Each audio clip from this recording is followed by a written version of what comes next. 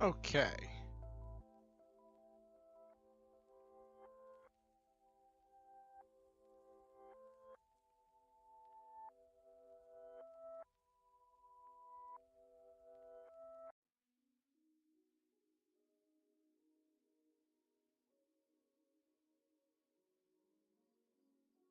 All right. So, time to see how well I do without the training wheels. Uh, Looks like we're gonna be having a stream without Silva for the first time in a while.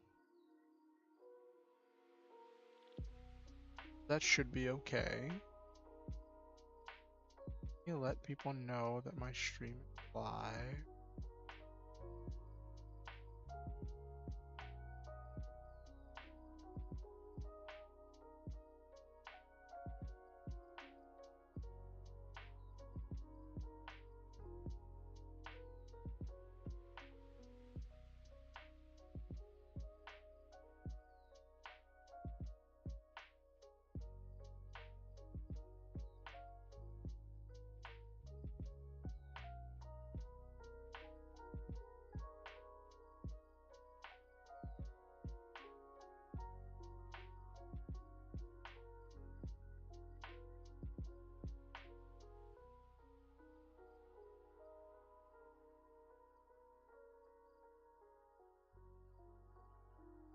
Okay, letting people know that the stream is live.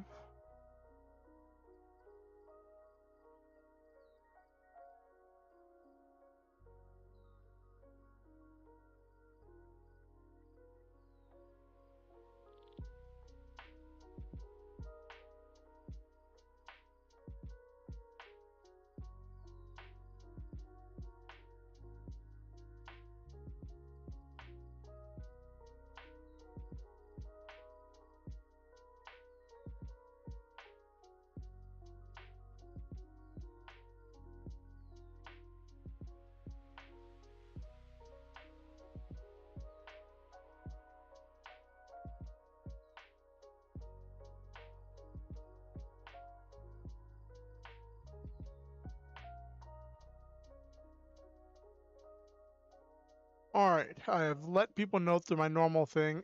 So, one of my friends, uh, LA Draws, um, has a place uh,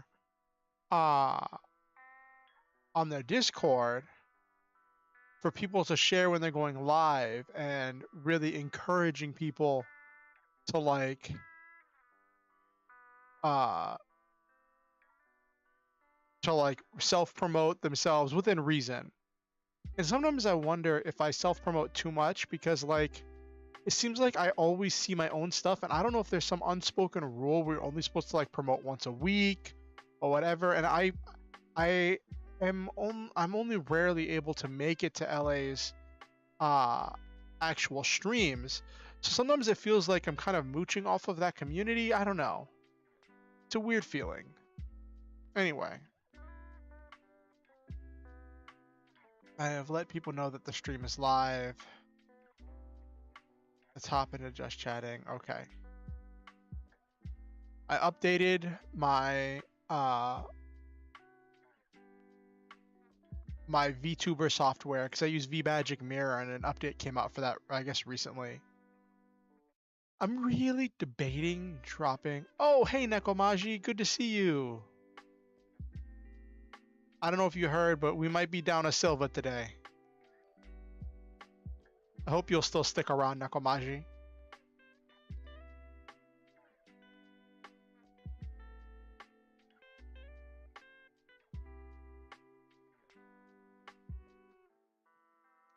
Yeah, Silva just told me that he's dealing with some work shenanigans. So, work always comes before fun, you know. I think Silva plays loose and fast with the rules about what he's allowed to do during work so much. I think it's okay if there are times when he has to actually miss things to deal with work stuff. You know what I mean? I don't want his job to be in danger. Uh, so I've had a super hectic day. Um, cause like, yeah, there.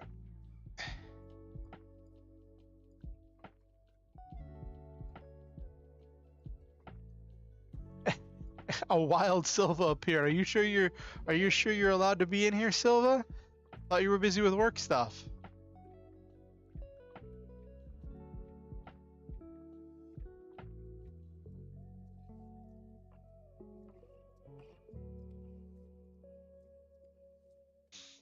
Yeah, I get that feeling.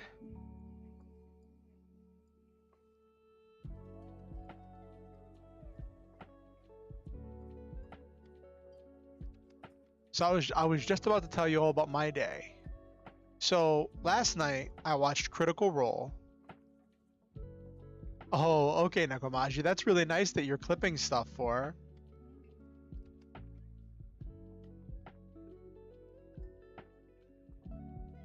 Oh, a work computer. Oh, geez, that sounds really frustrating, Silva.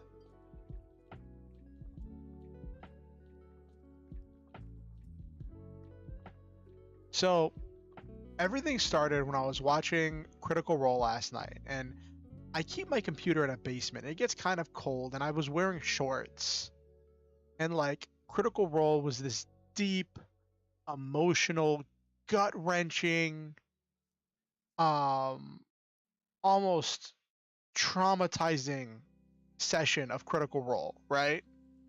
I'm not going to go into spoilers, but it was brutal. Like I cried. Not a lot, but I cried. Some people I know were ugly crying. I wasn't quite there, but I was crying. Um and that ended about like 1:30 this morning, and I was like, okay, I'm cold, I'm emotional, my legs were cold, and I just didn't have it in me to write. I've been feeling under the weather. Like my friend's kid has been coughing up a lung, and like she doesn't like cover her mouth when she coughs.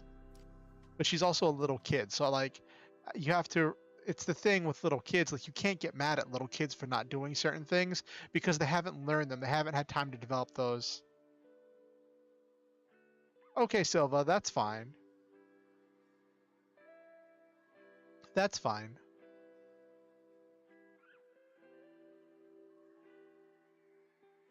So I think I'm getting slowly a little bit sick, and one of the people I live with who works at Whole Foods, and she was like, "Well, you got your food stamps yesterday, so why don't?" And I got my food stamps yesterday, and I used most of my food stamps to buy stuff for the house. Um, and she was like, "Why don't you meet me at Whole Foods and you can get some vegan stuff for you?" So I had to get up this morning and haul butt to get to Whole Foods around when my friend uh their shift ended, and it was this whole thing where like, so there's this thing where it's like a transit app that tracks the buses and tells you how far away they are and helps you with planning out routes for stuff, right? The transit app said I still had 2 to 3 minutes till the bus showed up. I turned the corner and I'm still like a block, maybe half a block away from the bus stop. Actually closer to a block and a half. And I see the bus is already at the bus stop. And normally, in my experience, buses are late. So it's at 2 to 3 minutes. I'm expecting 5 to 7 minutes. I probably should have been there earlier, so that was kind of on me. And I'm like, I could sprint and flail my arms and try to catch this bus. But it was chilly, it was early, I wasn't fully awake. And my transit app said the next bus was like between 5 to 10 minutes away. So I'm like, you know what? I'm still reeling from the emotional stuff from Critical Role last night. I uh I'm not gonna expend my energy right now. Now mind you, so like I said, Critical Role ended about like 1:30 and I went to bed about like 1:32 a.m. I had to wake up like between 8:30 and 9 to start getting ready to leave. So that's not a whole lot of sleep. And then being out in a chilly morning, I did change into pants because one of my friends suggested it. So I took the time to change into pants. And if I hadn't taken that time to change into pants, I would have been less comfortable, but I would have made that bus. I don't know what's worse. Well, the next bus ends up taking like 15, 20 minutes to get there. And it was just like, really? And by the time I got there, my friend had been off work for a while, and like she contacted me and was like, "Hey, what's your status?" And I'm like, "I just got on the bus." Like, I mean, I'm on the bus. I'm on the way there. Um, and it was a whole thing. And I got there. We got a bunch of stuff. Got a bunch of stuff. Got a bunch of these like Lenny and Larry's complete plant-based cookies. They're these vegan protein cookies that are really good. I like them as like a meal replacement for like breakfast and stuff. And so I got a bunch of different flavors of that, which is nice. And the other day I got from Walmart some vegan protein powder that I can use to make some protein shakes, because doing some meal replacement stuff can help me with my diet and getting nutrients and getting protein and getting what I need in order to like maybe not get into shape, but keep losing weight and keep maintaining, because I know my diet has not been well. Like since I moved, I know I've been stress eating. I have not been eating like before. I used to have one guaranteed healthy meal a day so I could eat junk food the rest of the day. I have not had that guaranteed healthy meal, and I've had to cook for myself. So I know my meals haven't been as on point as they could have been. Which reminds me, I bought lentils sometime recently. I need to track those down. Um, but yeah, and then we ended up missing when we were trying to come back. We missed the bus we were going for. So my friend was like, "Hey, let's go catch this other bus." So I'm like, "Okay, we'll go catch that other bus." But that bus led to another bus, and that was just a lot more walking to catch the other bus. So I got back, and the friend who'd been there during the day, the one who suggested putting on the pants, was talking to me about how he'd spotted a bed bug on his clothes. Well, he'd mentioned it last night that he spotted a bed bug on his clothes and he wanted help going through his bins. And I was like, I just need to pass out. I just need to conk out because I was so tired. I'd been barely awake and I'd been doing all that walking and shopping. And so I just passed out. Yes, pants are definitely overrated, Nekomaji. But I am wearing those pants now, which actually makes me feel a lot more comfortable. I gotta contact the people I was living with, because I think I left my jacket in their closet, because they had this closet by the front door where everyone left jackets.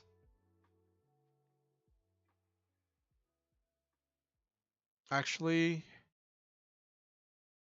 I gotta remember to text them tomorrow, because it's going on 9 p.m. and I don't want to be that person texting them in the middle of the night.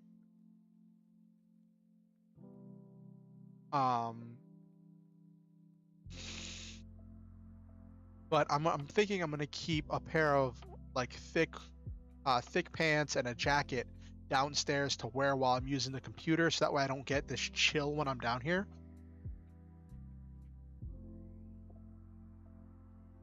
So anyway, I passed out. Then when I woke up, my friend, apparently while I'd been out, he checked all of his bins in order to, like, of stuff, and made sure there wasn't any more bed bugs. Which I guess if he said he did it, I'm not gonna stand here and be like, no, you didn't.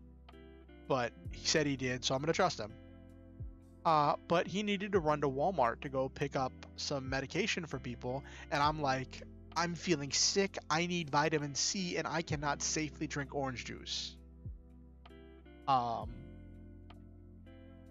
so I went with him. So I had to go. We had to go walk down to get on on the bus. We had to walk to a different bus, and then we had to go to Walmart, and I found the vitamin C I was looking for. I was looking for the tablets and not the gel capsules. So I was glad I was able to find the tablets, and I found them in a good dosage, which was nice. So I can get some vitamin C. I might be adding that to my daily regimen of like medication I take, because having vitamin C is always good for the body. But since there's a lot of fruit I can't eat because of how diabetic I am. I know I'm not getting as much vitamin C as I should. I played a game of memory with my friend and my friend's kid. But yeah, it was just this long day where it was one thing, then another, and a lot of walking, a lot of stuff happening, and it was just a bunch of stuff. That was my day. I did a lot of walk. I think I spent most of my day on the bus. What about you, Nekomashi? What'd you do today, or this week rather? I guess I didn't really talk about my week, but I'm curious. How was your week, Nekomashi, or your day?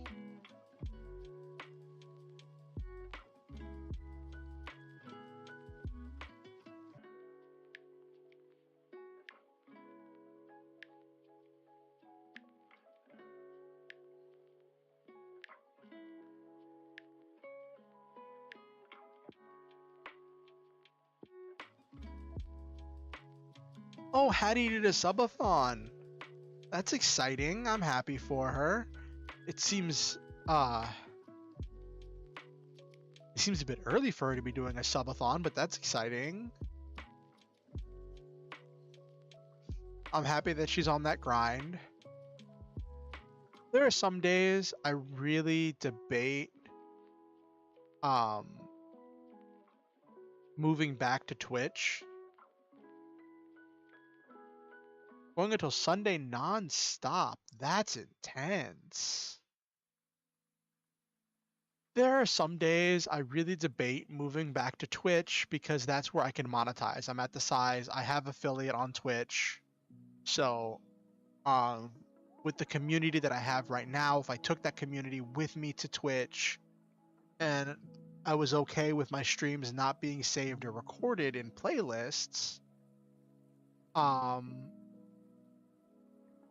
I could try to get subs and bits and do all of that integration stuff and have the Twitch integration for different games and things.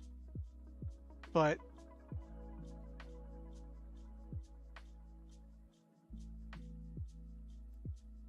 then you procrastinate. That's rough. I know I procrastinate a lot. That's part of why this 200 word challenge has been so important, because it's been like when I want to procrastinate, it's like it's just 200 words. That's a small scene. That's not even a full scene, right? I normally don't like to stop in the middle of a scene anyway, so I'll be partway through writing and I'll just see the rest of the scene through and end up with more than 200 words.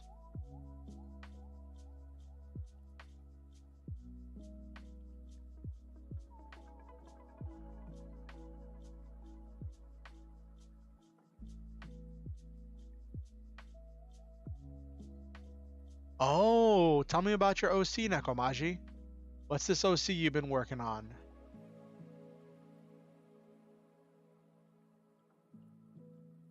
I don't know why, keep having the mental image of this picture I saw on the internet of this giant like flea that was like bloated with all of the stuff it sucked out of people. I don't know why I keep having that mental image. I just want to see it pop.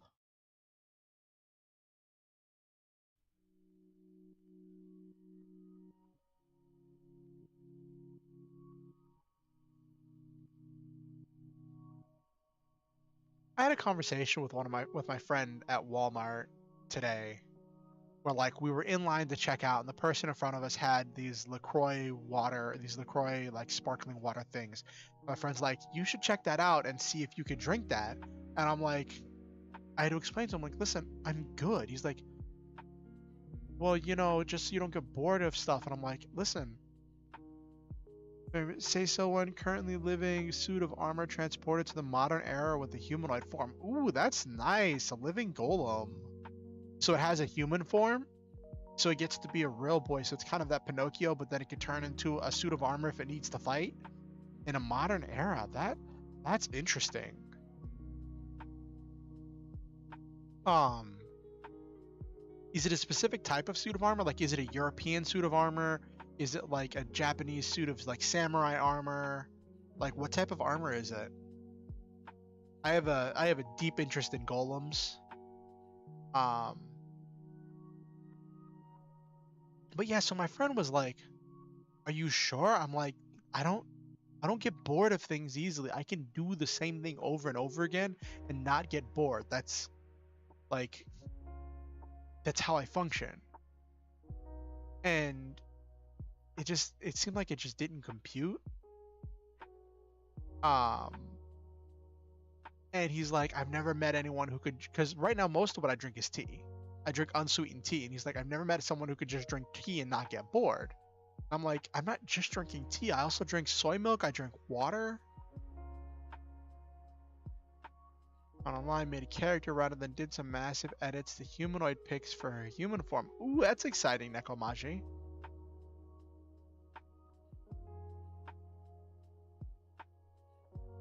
Do you ever have one of those moments when like you're talking to someone and it feels like what you're saying just doesn't compute? Like sometimes you feel like you're speaking a different language sometimes. Not like, I don't mean that in like a derogatory or intelligence way, but just people who their life experiences are so different that communication just becomes this interesting challenge. Yeah, I can see running into that with Silva. Yeah, I can see that.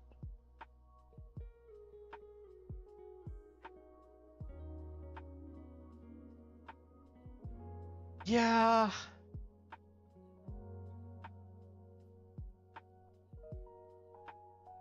and I think a lot of that can stem from just coming from such different situations. Oh, you need to do something, Nekomaji? Okay. I'll wait.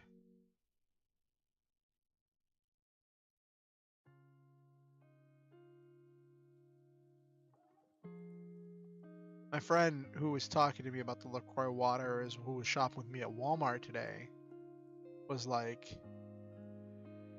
"Hey, can I come downstairs? I want to see what it's like to be on stream." And I'm like, "I'm not comfortable doing a stream with another person there. Like, it's especially for my writing streams that I do now, like there's not much for another person to do. And because my microphone is mounted to my headset, like there's not a lot for another person to really do. There's not a whole lot of interaction. Um it's not like a gaming stream where I'm playing a game and there's like commentary going on. I'm writing a story and we're batting ideas around.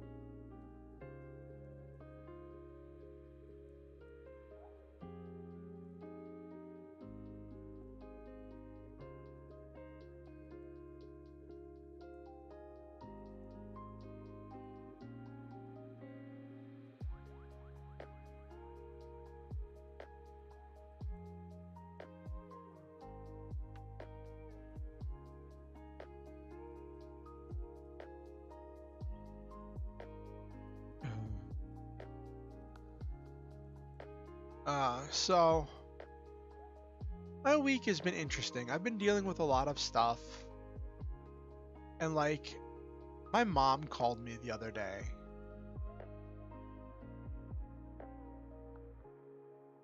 and that was a unique experience. My relationship with my mother is. Oh, you're grabbing an image, Nekomaji? Okay, that's fine. Are you gonna share it? Are you gonna share it on Discord somewhere?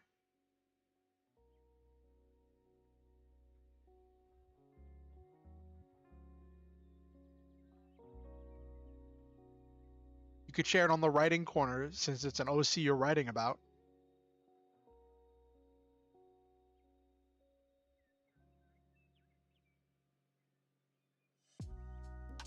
Or if it's in the form of a meme, you can share it on the meme page.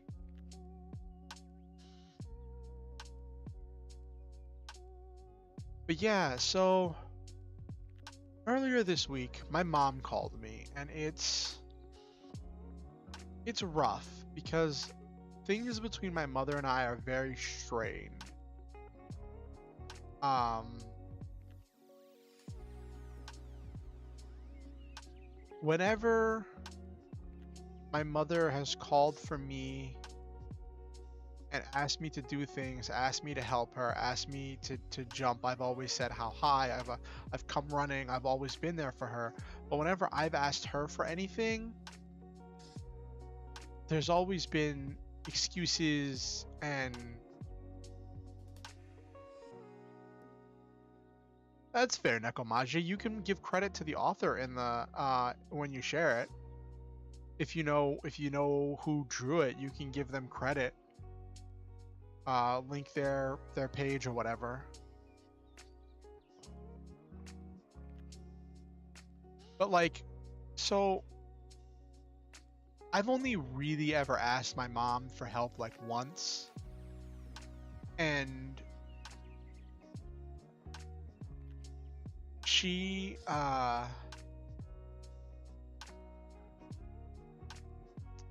yeah, she oh, it was messy. I'm not gonna go into all the details.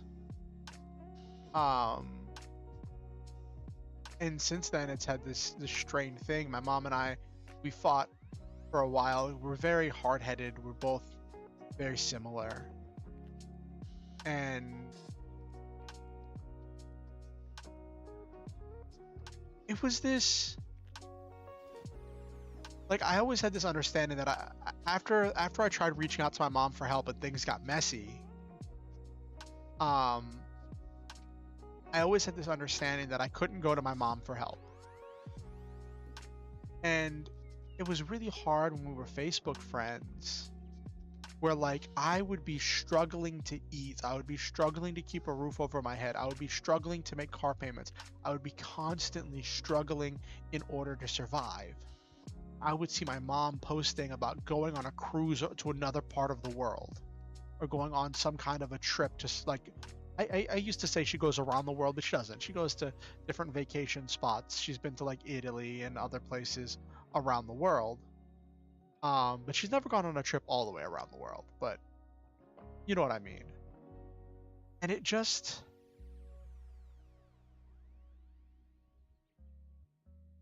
was just really hard to know that like so I know my mom saved up to do that, and she usually would get group rates and deals because she would buy with her friends. And I know that she would go through a lot of cost saving measures in order to be able to do that, but it's still like it's still hard. And so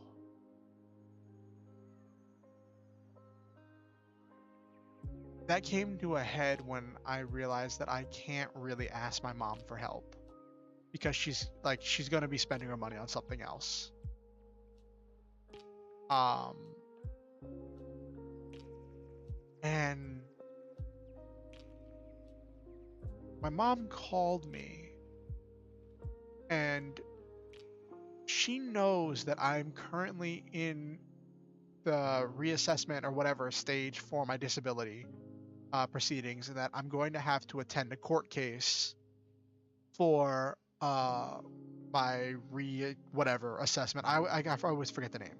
So she knows that I have to attend a court case. I don't know when the court case is. I don't know how long this process is going to take. Whenever I ask, I get told to just wait.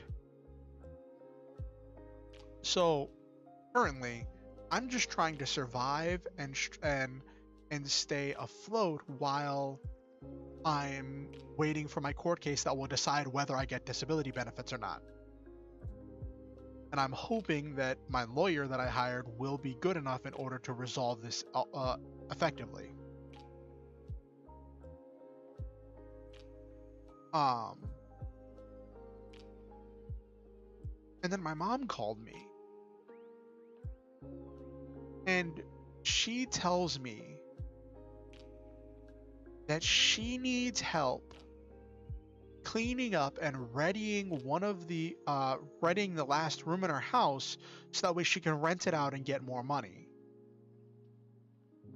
And she wants me to drop everything and come down there. Now she's offering to pay for the ticket to fly me down there, right? But she wants me to fly down there for 2 to 3 weeks to just work and help her with preparing this room so she can have another room to rent out to someone.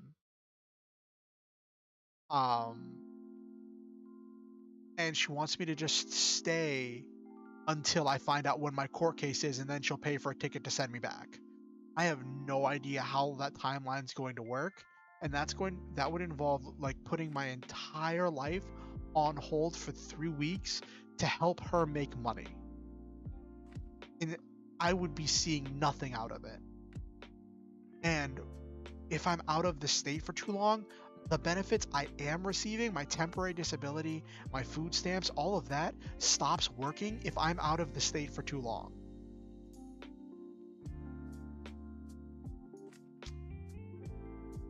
And it was just really frustrating. And she's like, oh, you don't have to decide now. You can just like deliberate and get back to me. And it's just, I don't even know how to process that. Because it's just like, since she's doing it to make money, she could probably hire people to help her with doing it, or ask some other family member who lives closer in order to help her with it. Like,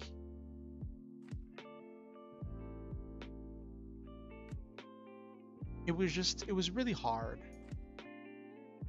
And it just kind of, it blindsided me because like for a long time, interaction with my mom has usually been she only interacted with me when she wanted something,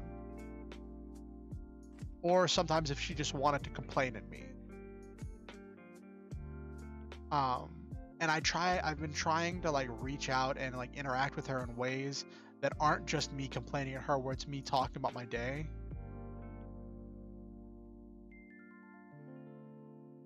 Yeah, that's true, Nekomaji. Um, that's a lot of how it feels. Okay, well, I'm sad that you know the feeling, because that's a very frustrating feeling to have.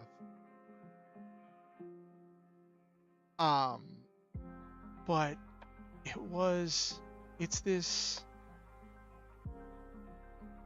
this frustrating thing, because like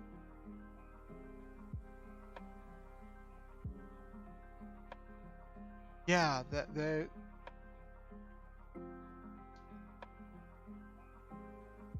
I've been trying to have this relationship with my mother, trying to rebuild it.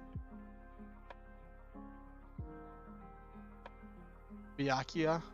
I recognize the name, but I don't recognize the person. It's been a long time since I watched Bleach. Is that the one chick's brother? The guy who has... Oh, welcome back, Silva. You just came back for traumatic family time.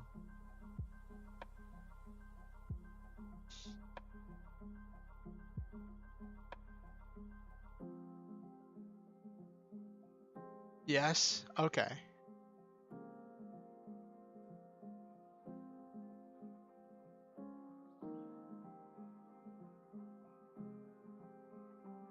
Ah. Well, I was telling a story about how I think I told you about this, Silva.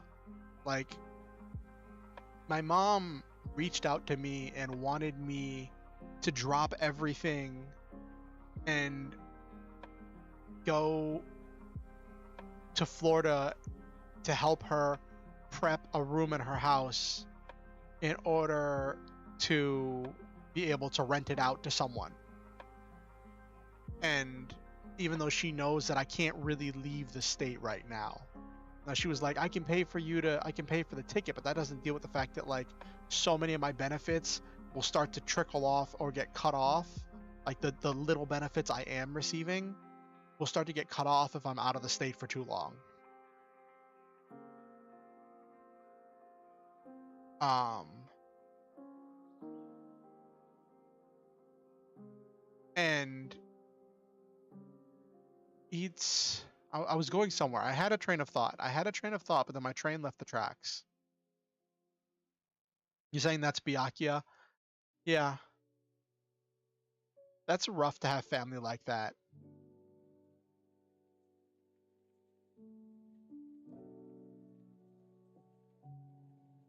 And it's like there's this ingrained part of me that was raised to revere and almost worship my mother, right? Um, that wants to like bend the knee and jump to help her, to do whatever for her, right? But this is something that I can't do.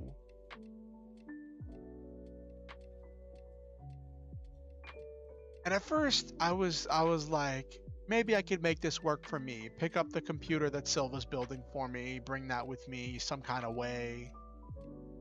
Um Make this work for me, but then I was like, there's just so many moving parts with that. And it's hard because oh, that's what I was talking about.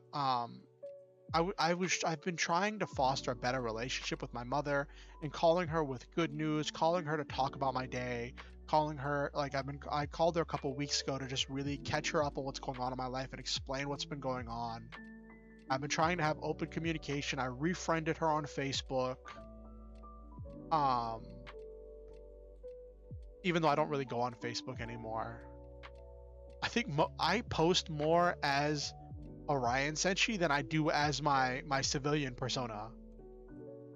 I don't know if civilian's the right word. Push past the breaking point. Yeah. Flesh tuber. Yeah, that's the right way. Yeah. I post on Facebook more as my VTuber than I do as my flesh tuber, and that's just because I post on my VTuber page on Facebook every time I go live.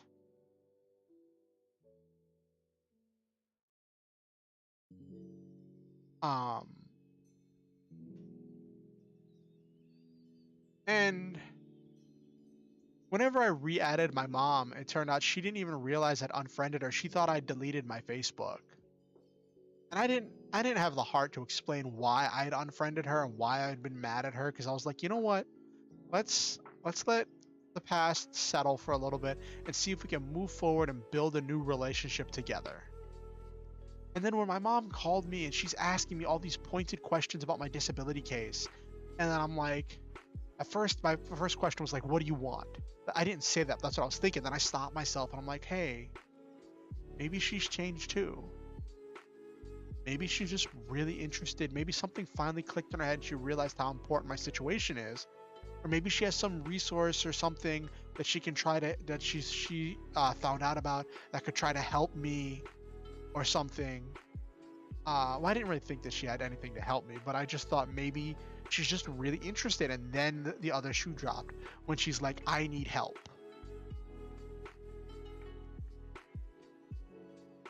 And yeah, that was was frustrating.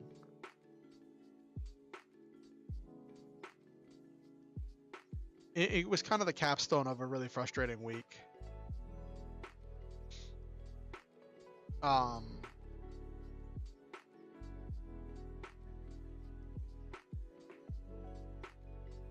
That was a lot of what I dealt with there.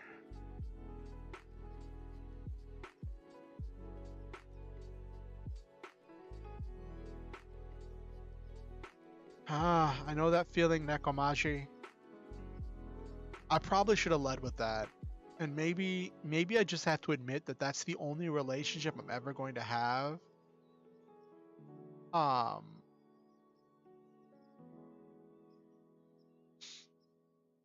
Maybe I should just accept that that's the only relationship I'm going to have with my mother, that she's only really going to reach out to me when she needs me to do something. I guess part of me just hoped for more. But like, every time I've tried to build more, I've just gotten burned. Anyway.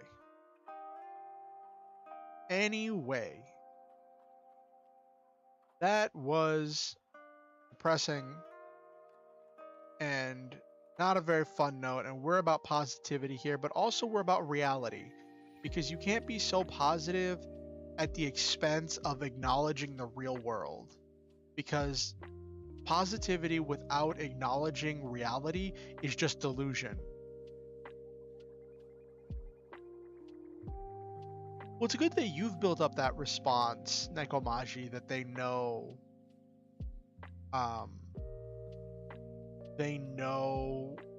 that you mean well and that they can respond nicely too, because you start the conversation nicely and you kind of just go there easily.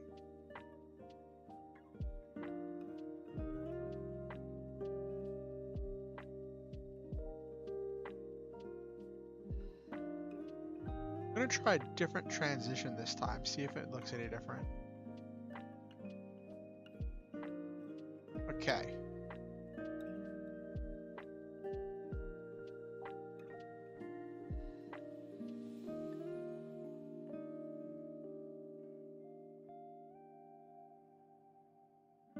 Oh. Alright, so last stream we didn't really write, we just did an outline, and I've actually really heavily updated the outline since then. But it's just the outline. Let's get to the writing part of the writing stream. Current word count is 9598.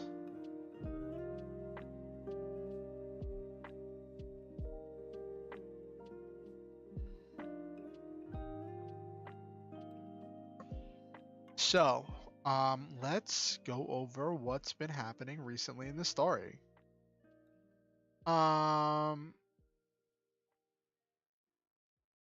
In chapter 3, so chapter 3 is when we start to introduce the pirate, when we start to introduce Grief Stormblood.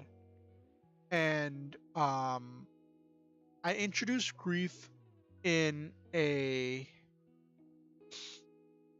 kind of secondary way, where I follow this ship and how they see Grief Stormblood and how they see her ship, the white ship that just appears out of nowhere, the Pale Wing, and I tried to build her up and have her be described from someone else's point of view. That was what I tried to do here. And I think it worked pretty well.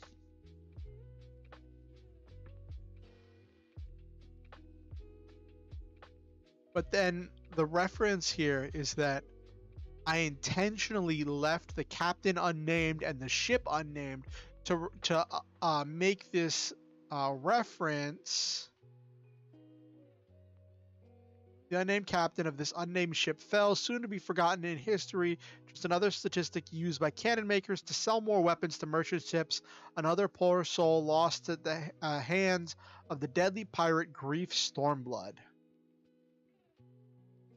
All of it, of leaving them unnamed, was just for that line, honestly. And that I'm kind of okay with. Then after that, I have a little bit of the aftermath of the death of the captain, because the captain got executed at the end of the raid. And then the Pale Wing taking off. Did I make a note that the ship's named the Pale Wing?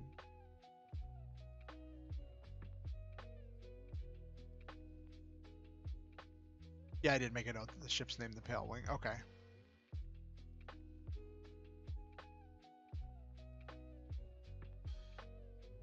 And so I had the end of the chapter just them taking off and flying into the sky, and her first mate Phlox coming to her and noting that she was surprisingly merciful, and that since she also took all of their weapons and ammunition, their ship would be lighter and would be more likely to make it home with the damage that it sustained in the raid with the enemy ship. And she's like, no, I was just replenishing our stores. And it's giving this hint that there's more to her. She's not just a bloodthirsty pirate. There's also the fact of how did she know this was going to be a shipment of Miraculum, which that has to be dealt with.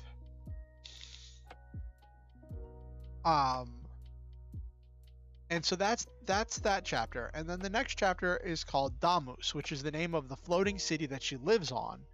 And the idea I have here is that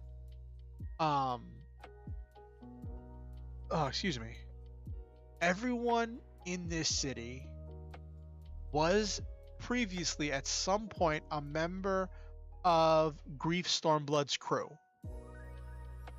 And then they eventually retired to the city. Some of them got ships of their own and are running pirate crews of their own.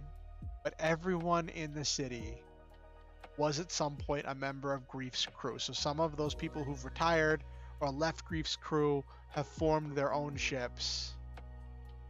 And it's this floating city, how I describe it. I describe it at the end of the last chapter. And this idea that, like, being at high altitudes, they have to release plants that give off more oxygen in order to help them breathe at high altitudes. But even with those plants producing extra oxygen, it's hard to breathe for everyone except Grief, because she's just so hardened that the high altitude just does not bother her at all.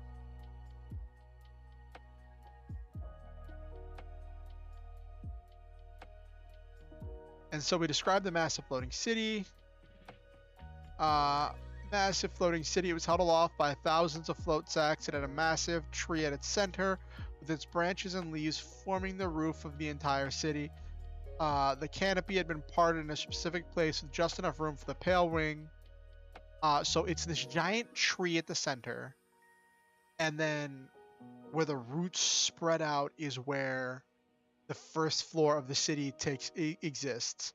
But the branches of the tree, held in by the canopy of the tree, are the docks where people bring stuff in, and there's an elevator going down the tree trunk. And the idea is this tree's leaves act as kind of a ceiling to hold in the oxygen and make a breathable atmosphere.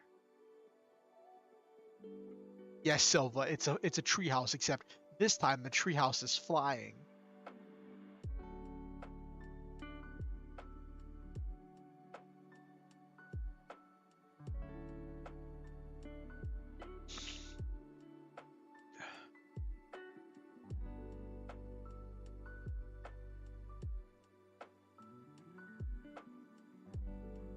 And then The city's name is Domus, which, going with the Latin theme, I guess every author will generally come up with themes for their naming, and for me, it's Latin for a lot of things, for like organizations and stuff. Uh, Domus is Latin for house or home, so it's literally just named home, which kind of is kind of borrowed from Final Fantasy X, but I feel like it's different enough that it kind of works.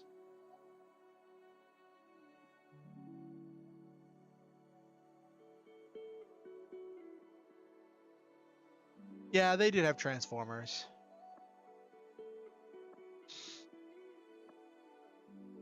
Goddamn Kids Next Door had lots of stuff.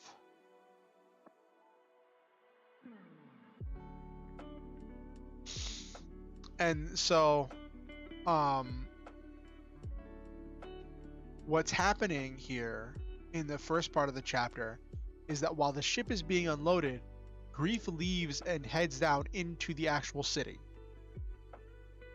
And it says that she wanders, but what she's actually doing is checking on anyone who was sick or infirm, or just not feeling well, or checking on all of the people that she feels she needs to check on. But she's doing it in this very passive way where she doesn't actually intrusively look at them. She just like walks by their house and looks in their and glances in their window as she walks past. And to an untrained observer, which the viewer is, it looks like she's just wandering around the city for an hour.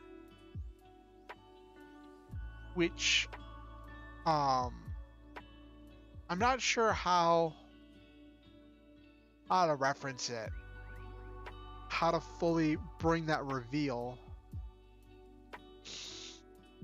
I might have the bartender make a reference to it. But then, whenever she gets in and she sits down at the bar, that's her favorite bar, because that was part of the prompt. It said the air pirate that can be found at a pub. The server comes over and shows her the newspaper, the same kind of newspaper that Hazel saw in the first chapter. And whereas Hazel reacted with shock, confusion, a lack of understanding, and terror, you see Grief reacts completely differently. Where she's just her first look at it when she looks at it is, this is some kind of publicity stunt to clear the way for something else. And the server says, but Captain, this is what you've been, because this is what they're saying about humanity hitting a dead end is what Grief Stormblood has been known to say in the past. Right? And she's saying, I know what I've been saying because it's true, but they aren't smart enough to have figured out that humanity is at a dead end, or at least they don't have the backbone to follow through on that to its logical conclusion. I don't know which is worse. And so the captain is expressing that she doesn't believe that the government is going to have the backbone to follow through on what they're promising.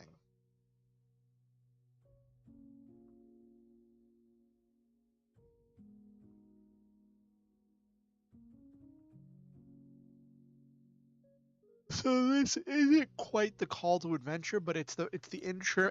We're still in the ordinary world stage for the pirate, for Grief, where we're just showing her baseline and exploring her daily life.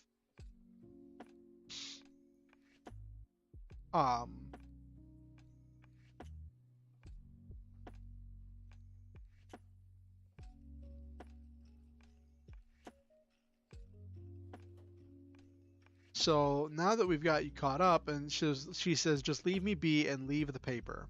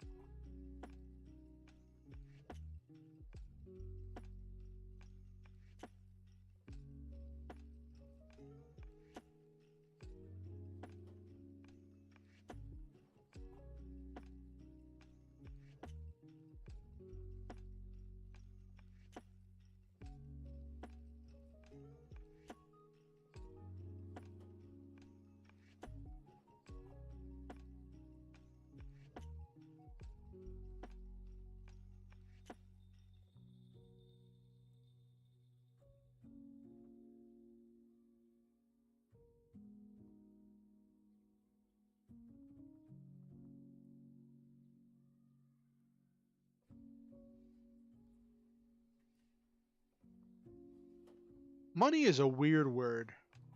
So we're going to start with this idea. Also, I'm sorry if I sneeze. I can't mute myself fast enough.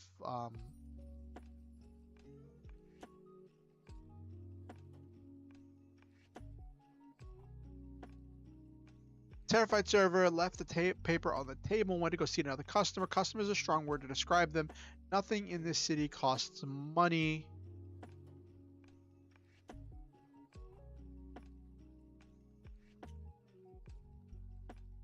There was bartering aplenty.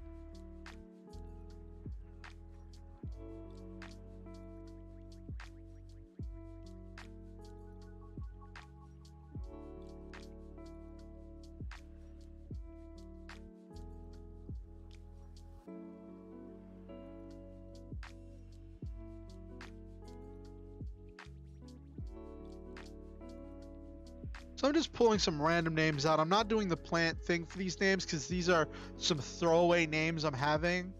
So I want to reference and explain that whole thing where uh, the captain wandered the city. And so a man comes out from behind the bar, sat at the table with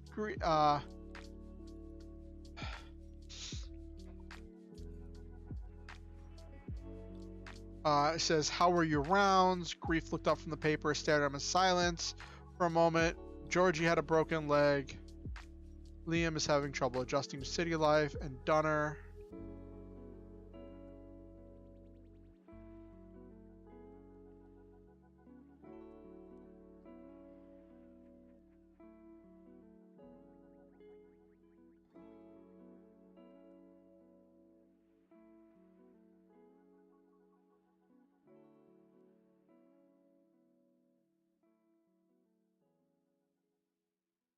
Is eye patch 2 words? It is. Okay.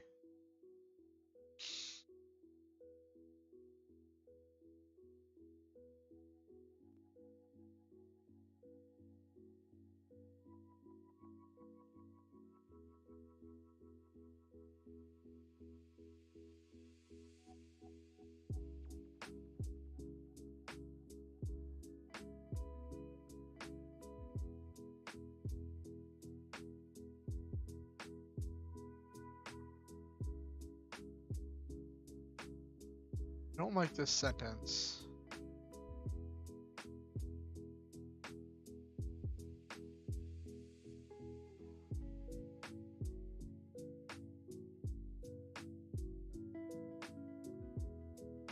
Across the table from grief. I like that sentence better.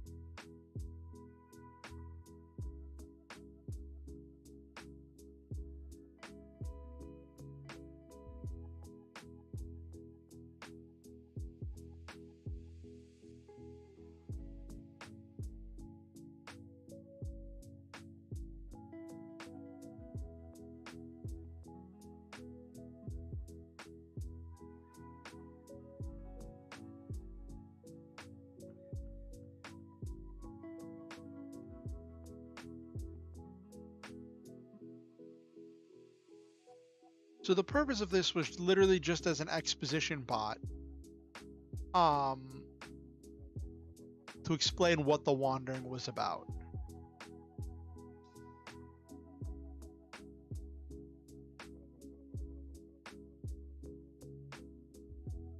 Which I feel okay with because it doesn't happen right after. The thing that happens right after the wandering section is the interaction with the server about the newspaper. And then afterwards we go into explaining the wandering. And I feel like that's enough of a lead up. Maybe if I expand some things for it to feel like payoff for that line. Like there's the build up and the payoff.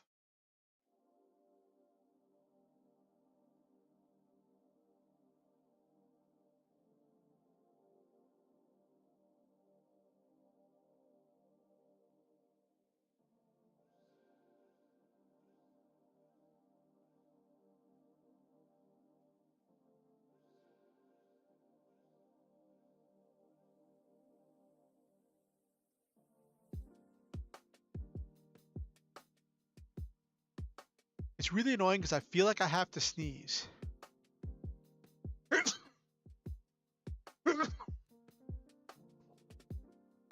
Sorry if that was loud.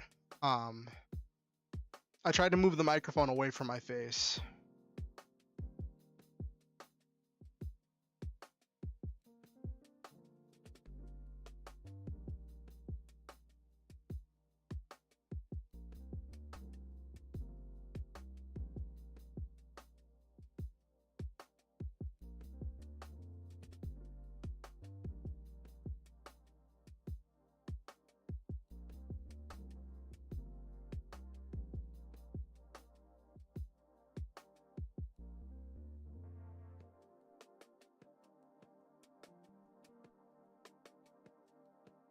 Okay, so that exchange explained the wandering.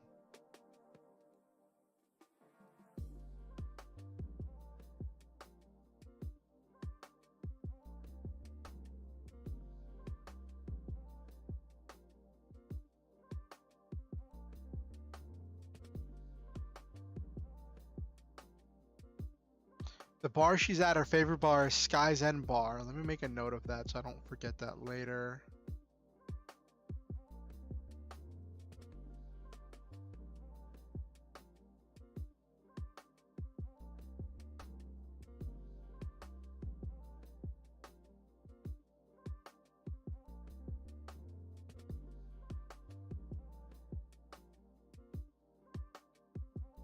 So yeah, I made a note of that.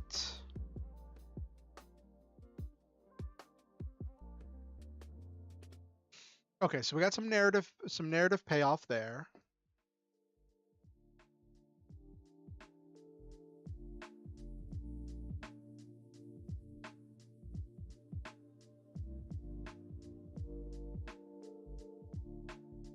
How many words was that? That looks like maybe 150. Let's check. 146. My guess was pretty good on that. That was actually pretty good. All right, so we're pretty good on that.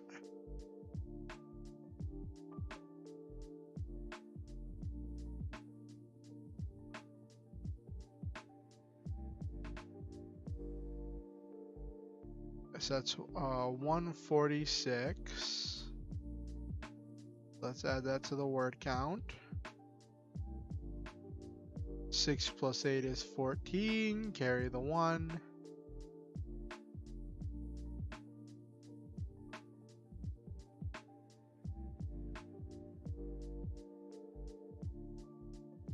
There we go.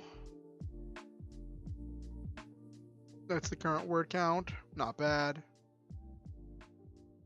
Not where I want to be, but not bad.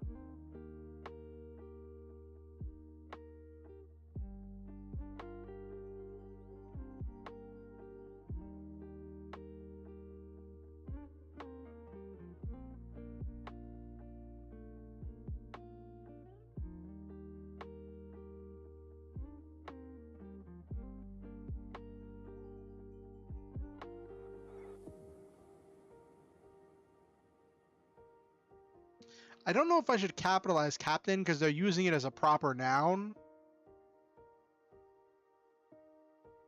But it gets annoying to keep doing it, so I won't.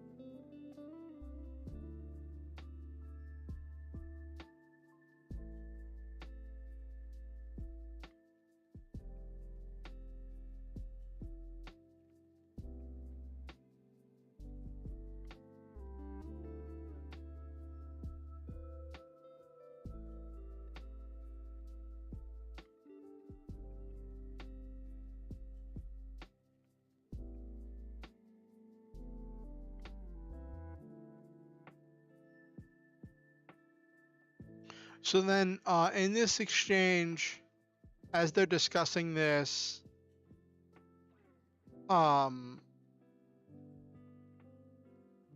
as they're discussing this, the unnamed person she's talking to, because she asks this person what he thinks of this development of the news.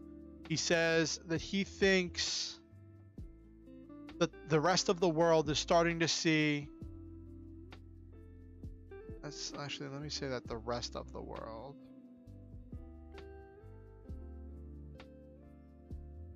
might be starting to see what you saw and called out oh so long ago.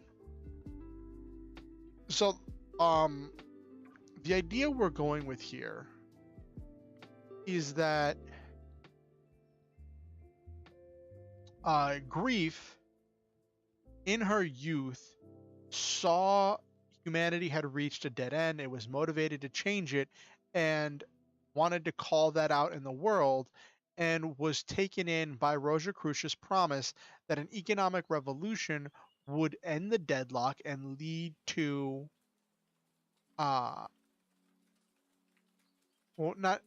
introducing economics would lead to new developments for humanity and push humanity in new directions and stop this stagnation that had been going for over 1,000 years.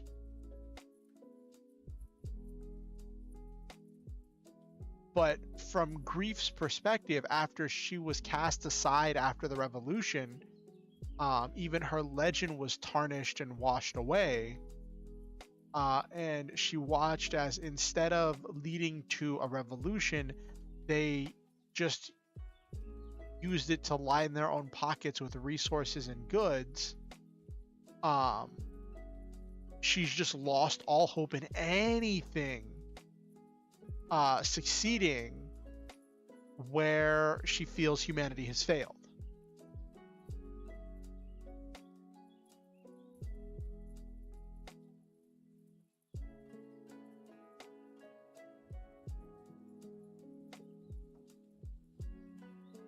And this unnamed person points out that, the motors that drive the skyships are quite an improvement over the old sail-powered boats.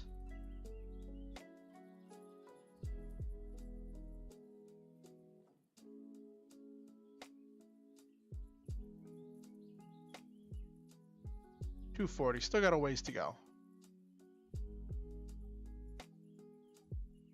Not bad, not bad.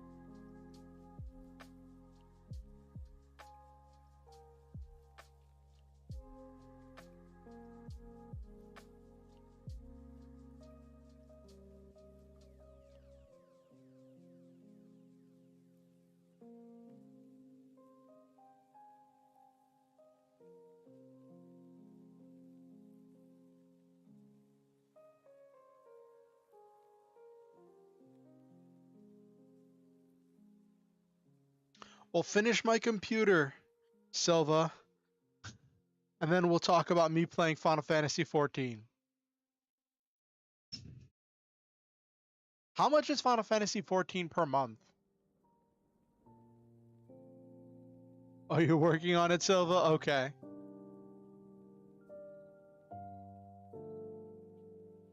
I know it has that award-winning free trial, but like if I actually want to do stuff.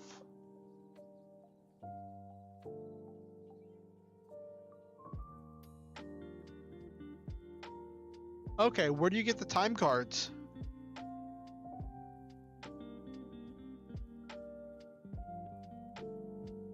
The sentence structure is too clunky and I don't like it.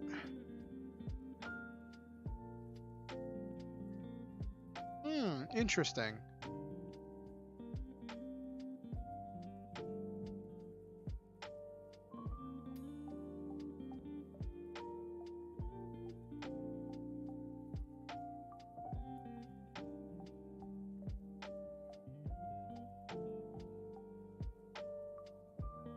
Hey, Goldfish, how are you doing?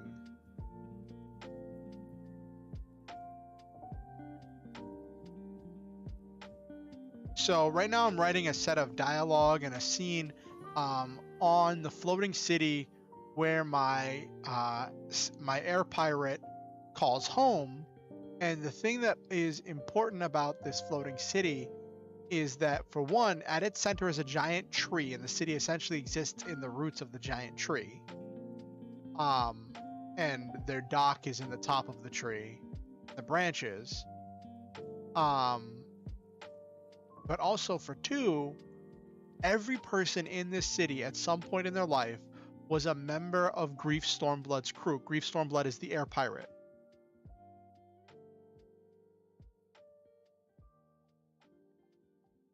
Yeah, I can see that, Silva. I remember like $15 or $16 a month used to be what it cost for WoW.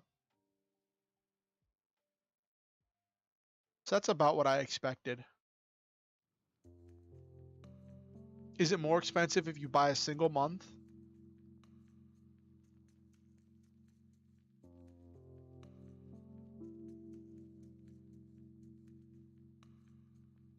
Um, but yeah, so this is dealing with. Oh, you're pretty chill. That's great.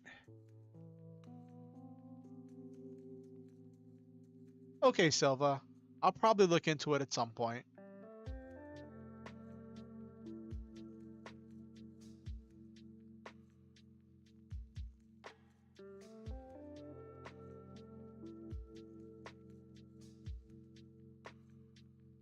What happens if you don't pay for a month?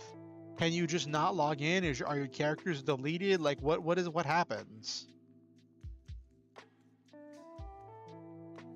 We're talking about Final Fantasy 14. But yeah, so this is also dealing with this part of the story is dealing with how my air pirate is dealing with the news that the government has decided humanity has reached a dead end and they're planning to exterminate humanity.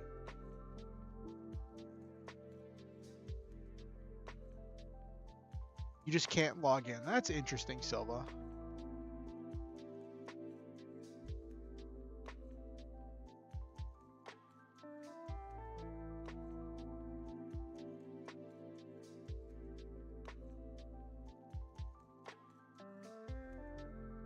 Yes.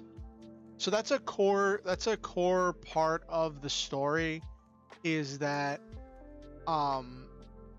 it's how people are reacting and dealing with this announcement, at least in this part of the story, that the government has decided humanity has reached a dead end and that they're going to exterminate humanity.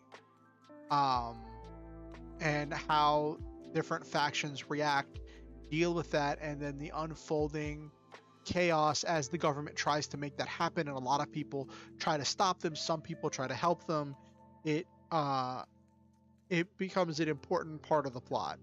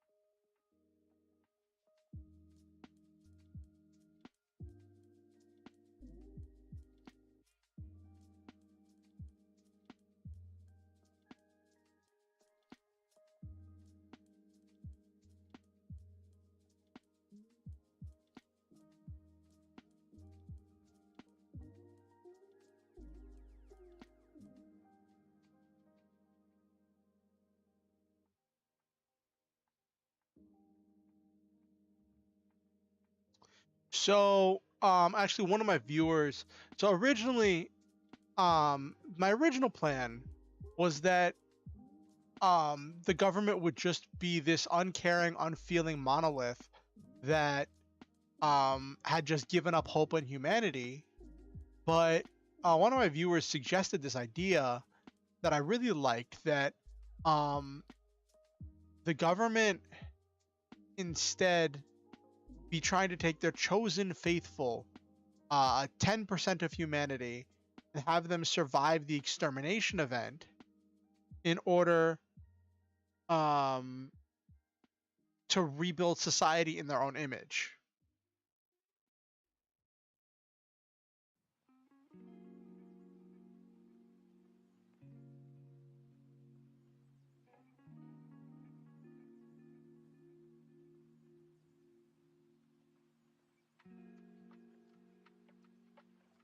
And I kind of like that idea. It gives a little bit more of a relatable goal to the government,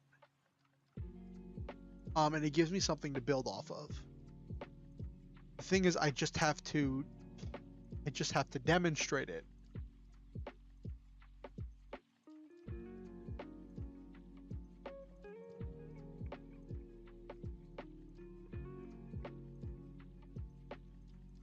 But what about you, Goldfish? Have you been working on any stories recently? I remember you said that you had a novel you were working on, something that you'd done,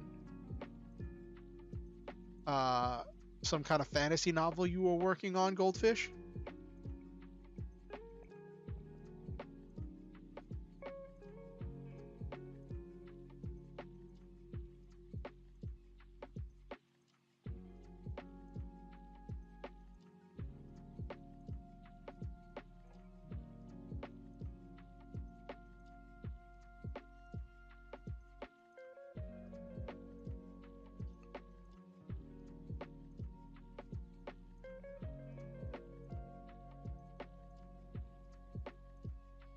Project. I want to release a collection of vignettes, still fantasy, but a string of short stories. Ooh, that's exciting, Goldfish. Are they going to be featuring the same characters? Are they going to have similar themes? Are the short stories going to be connected somehow?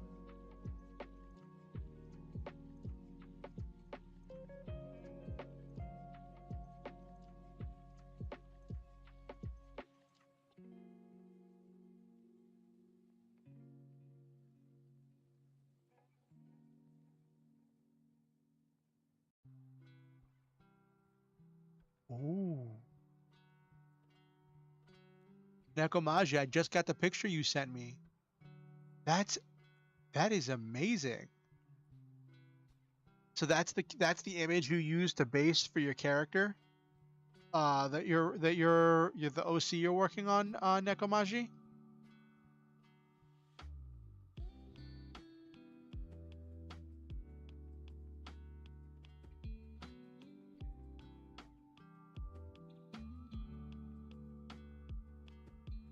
The novel's going to be a long-term project. So this will be my more attainable thing. The stories themselves are connected, same setting, just different characters.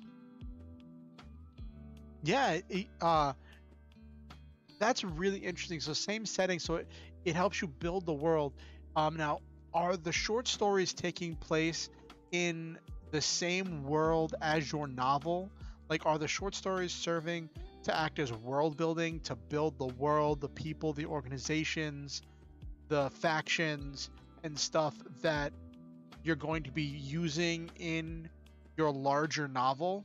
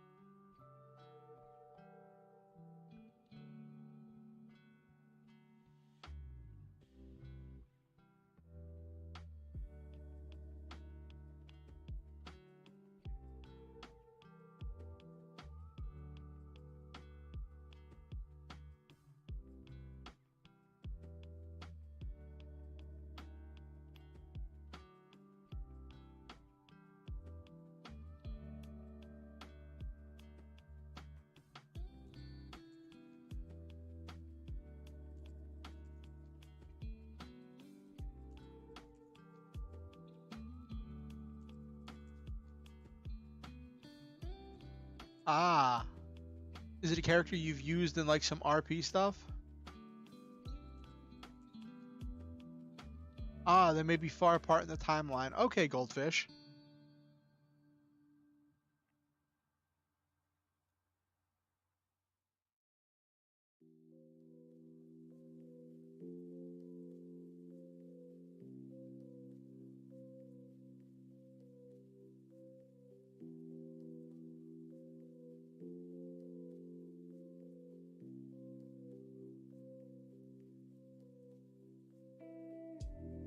I don't see anything wrong with that picture, Nekomaji.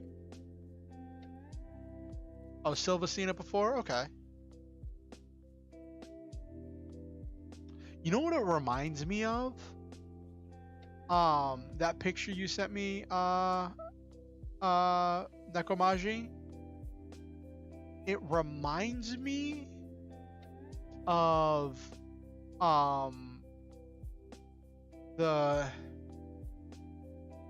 androids from Blaze Blue. I almost called it Blaze Green because that's what my brother calls it. But the androids from Blaze Blue, where they're like, they're connected to some kind of sword of legend, and the sword expands to become their armor and weapons. You know what? Are you familiar with them at all, Nekomashi? It is an anime game, so I don't know if that's up your alley at all. It's an anime style fighting game.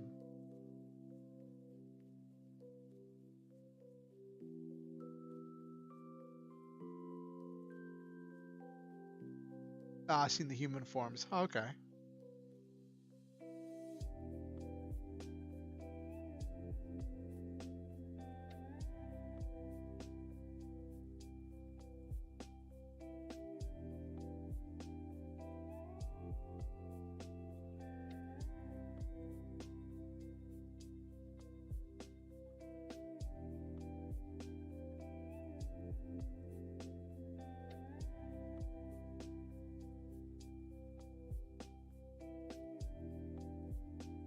Ooh.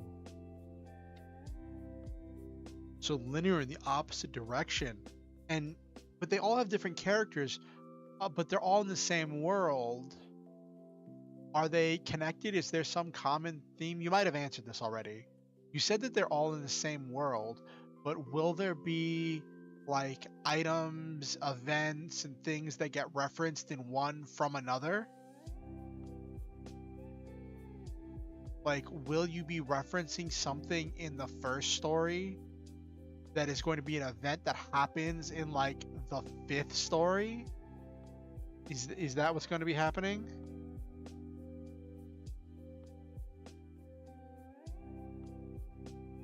Names from an old anime-esque RPG on the Dreamcast. Do I even want to know, Silva?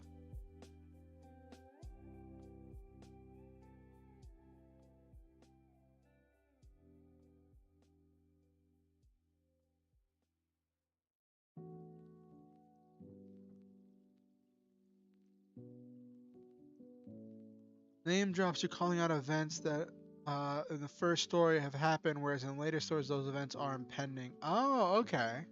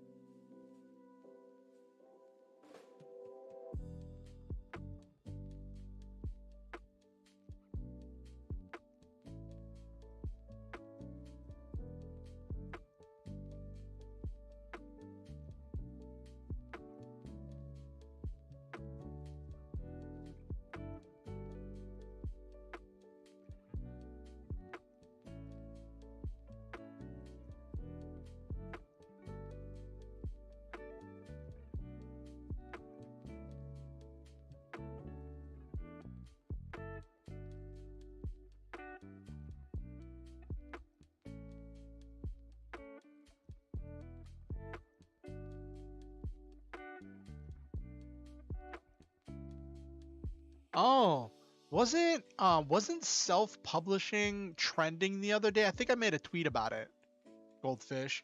I think on Twitter, self-publishing was trending the other day.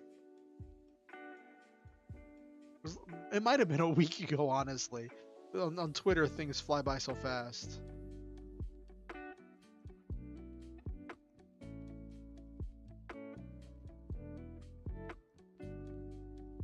Yeah, it was pretty cool. After I'm done with my first draft of this novel, I'm thinking of reaching out through my contacts to see if any of my friends might know anyone who could act as an editor to read my transcript and edit it, or find out if I have to pay someone for it. Like, I'm not against, like, if I manage to complete the transcript, right? I am not against spending money to get it effectively edited. That'll be hard because I'm going to have to deal with editor remarks.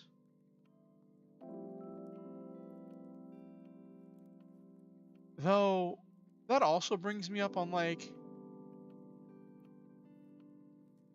what's a normal amount to feed to an editor?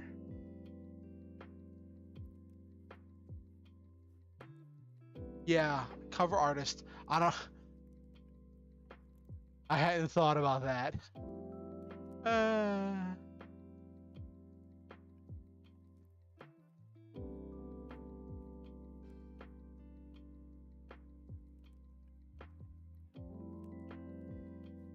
Part of me also wonders if I should get an editor and have them on retainer and get them to edit as I go along.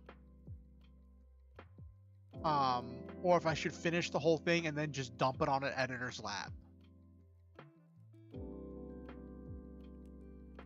Like, yeah, you can always go back and self-edit, but like, there's nothing like having another pair of eyes on your work. Someone who doesn't have all the background. Like, I have an entire lore document of notes and stuff explaining all of the subtext and things, but your average reader is not going to have that, right?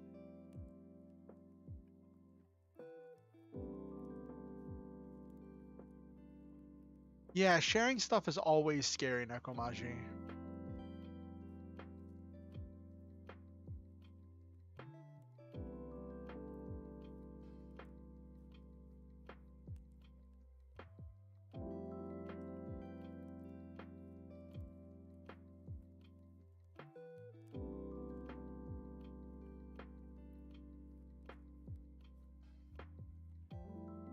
I just realized this entire section of this story doesn't make sense.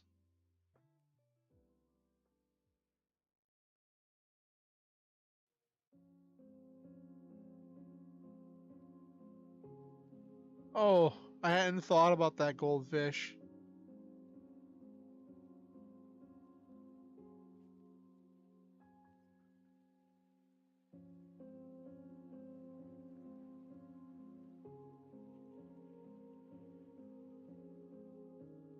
That makes sense, goldfish. But yeah, I just realized this entire section of this story doesn't make sense. So, like,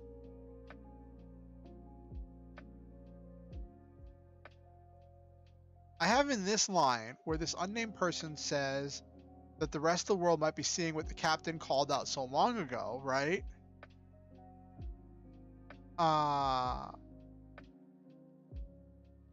And then he then goes on to defend humanity and to show and to point out places where humanity has developed.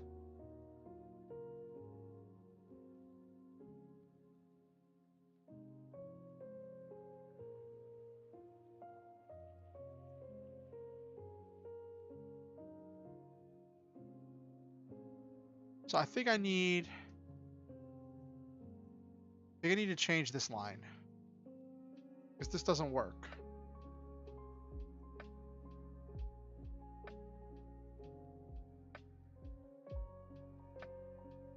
That's also true, goldfish.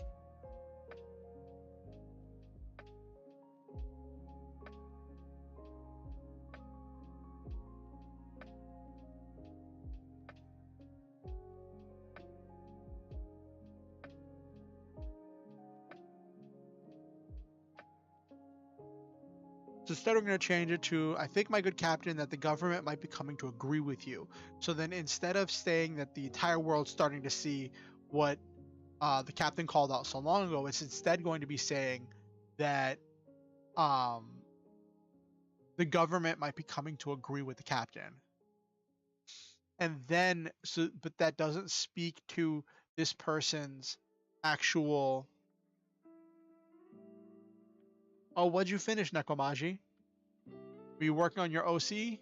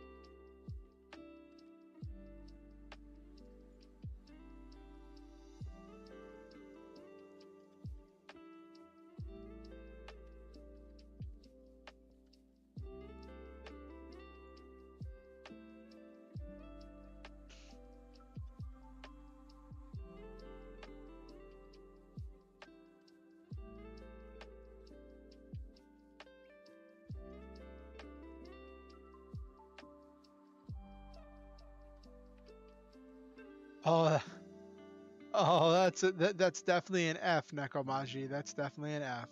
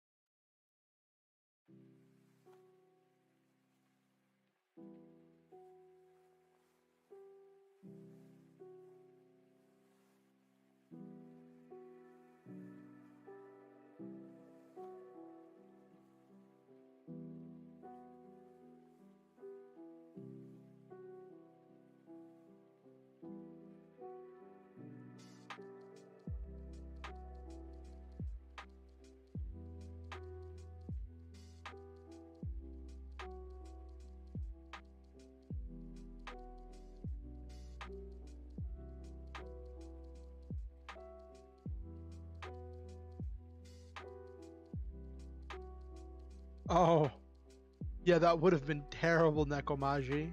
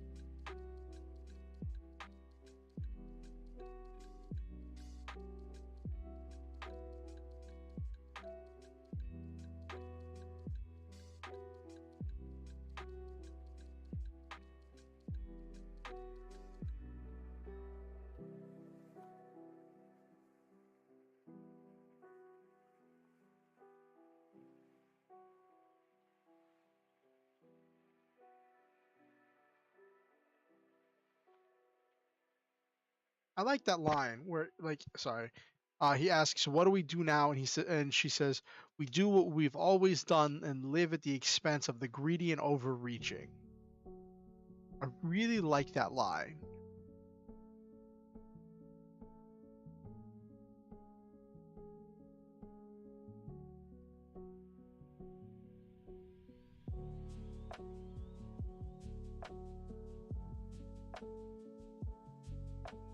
Wait, hold on. Let me look up something.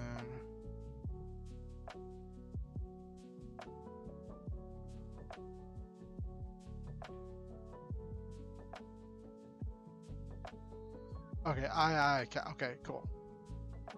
I had to see if the IIs were pronounced separately.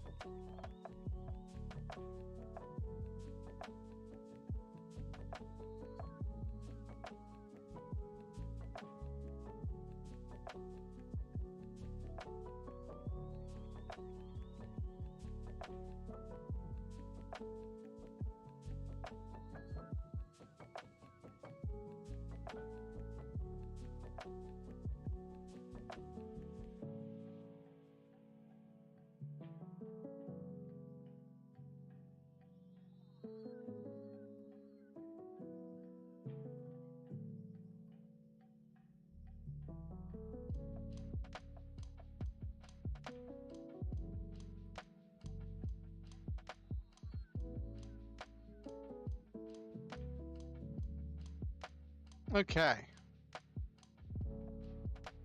I think that's good.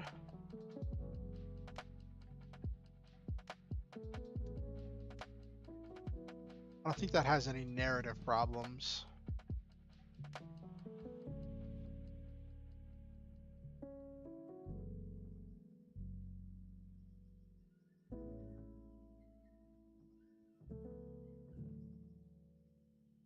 Actually, let me... Now you've got me curious when we were talking about editing costs.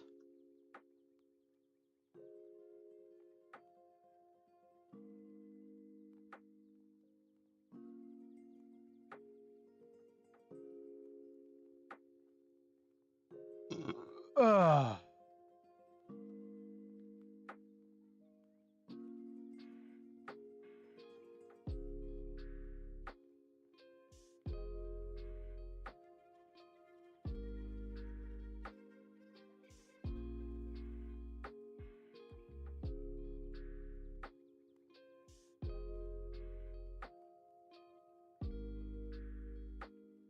Oh, jeez.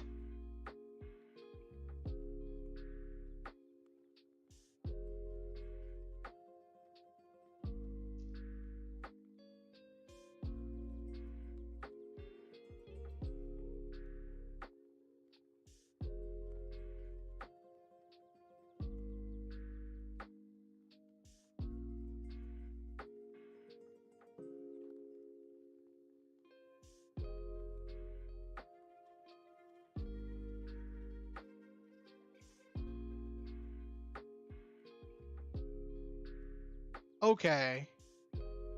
Well. Ah.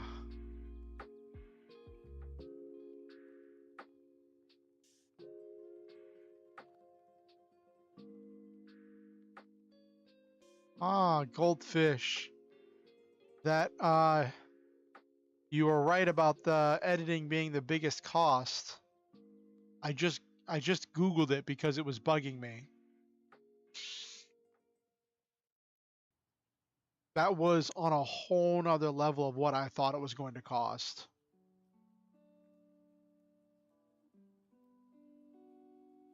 That's expensive. I'm probably gonna be doing I'm probably going to be going back and editing my own stuff as I go.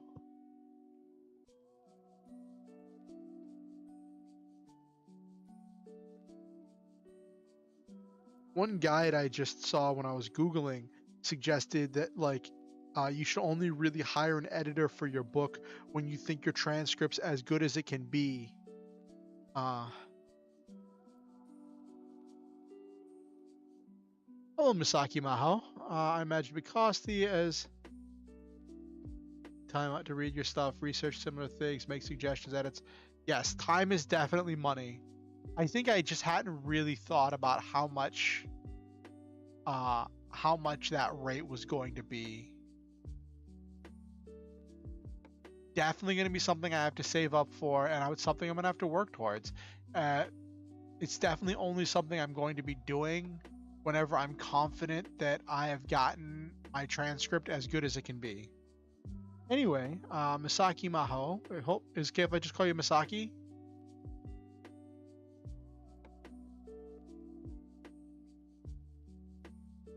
How are you doing today, Misaki?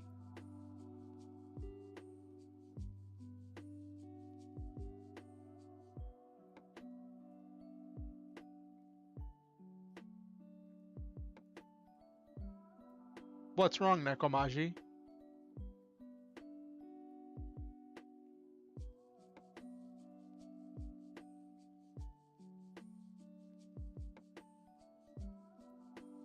Yeah, password recovery can be a pain.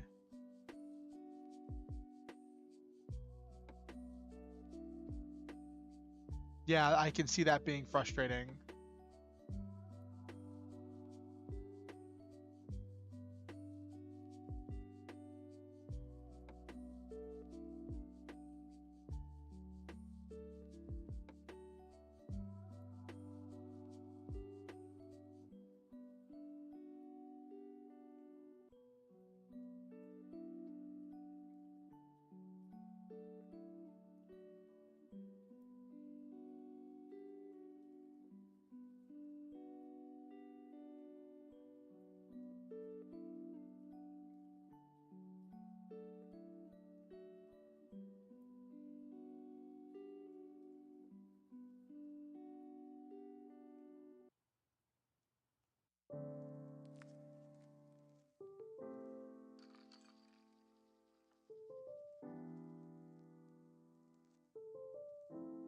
Oh no, so Misaki is just another Nekomaji account.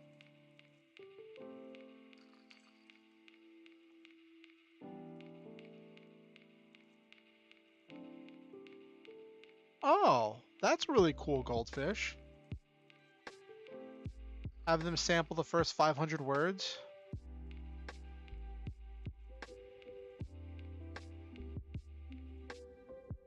That's actually a really good idea. I might do that for an editor.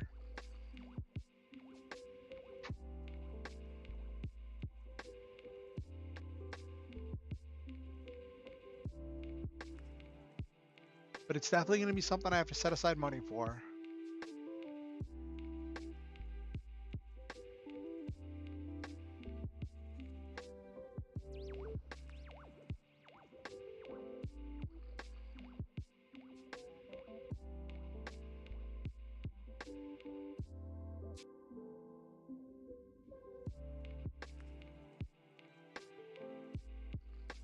I feel like I have to sneeze and it's not coming out. Like I want to move the microphone away and cover my mouth and stuff, but like as soon as I do, the feeling that I have to sneeze just goes away and it's just really annoying.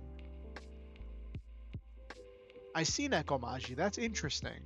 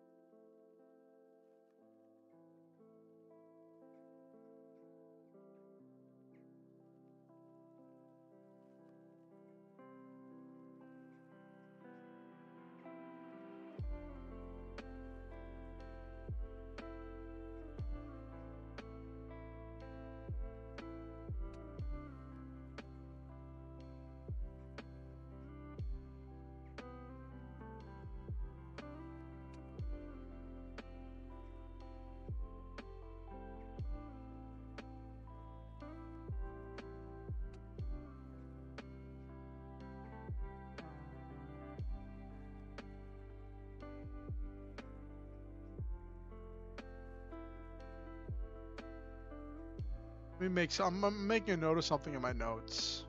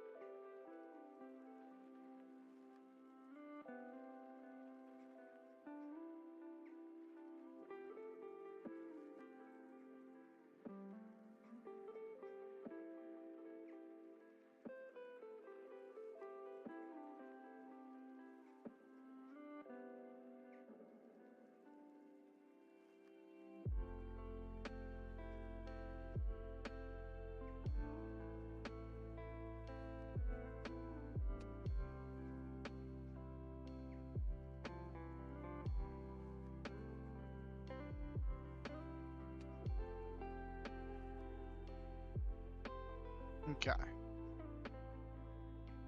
I made another note in my notes about some of the ideas I had for expanding the motivation of grief.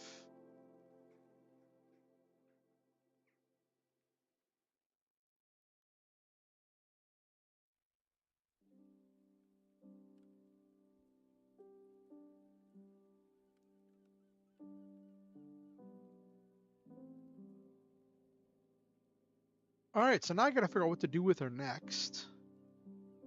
So I've already had this conversation.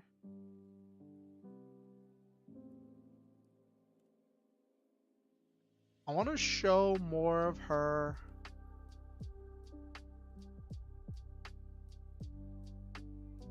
I want to show more of the city. I want to show more of daily life in the city. And I think I'm going to need to expand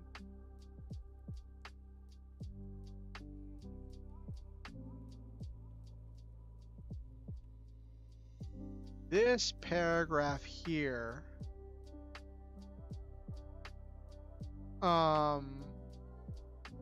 Where it just says in an offhanded way that she just wandered off. I referenced it later, and I think I did a good job of explaining it. But I feel like I need to expand it more. I'm not sure. Let me check my outline.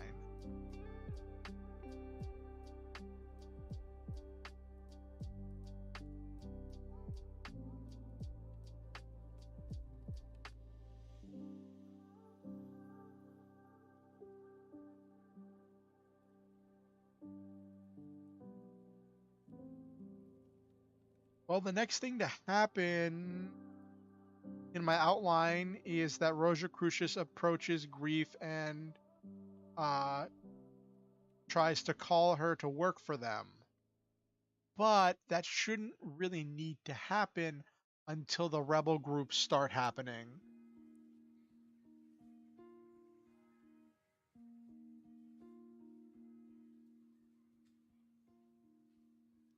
This chapter just feels half-formed.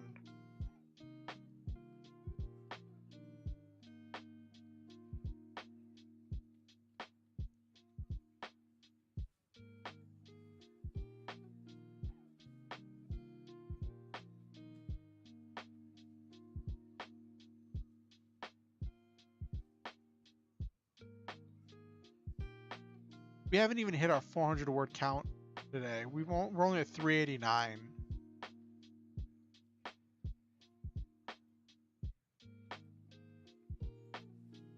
Ah.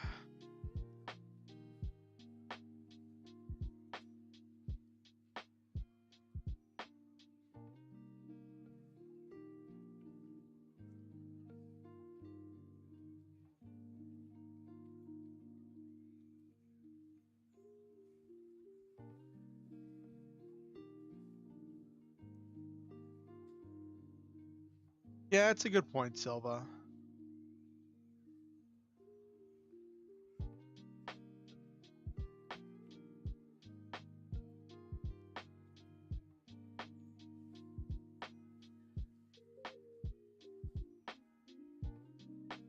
How long is this chapter? Like, I know that when I actually expand this further, there's going to be...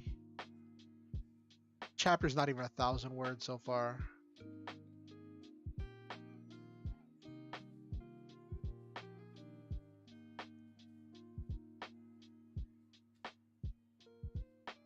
I think what's frustrating me is this chapter is called Domus and it's supposed to be about the flying city, but you haven't seen any of the flying city. Like, it's the flying city is described primarily in the previous chapter. This part in the previous chapter, this last little bit describes the flying city, and the rest of this just doesn't do anything with it.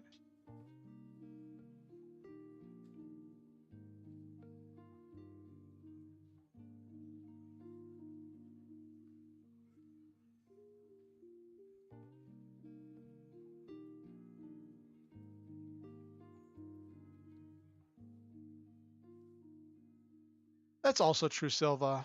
I think it's not so much the length that's bothering me as much as I didn't I didn't actually show the city. I told about the city, but I never actually showed the city in this. And most of the conversation happened at the Sky's End bar.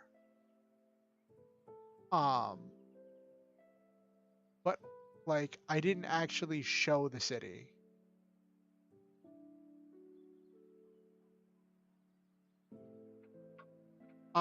It's man-made.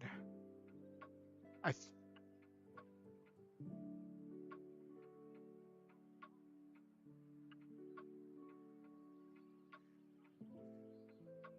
so the flying city is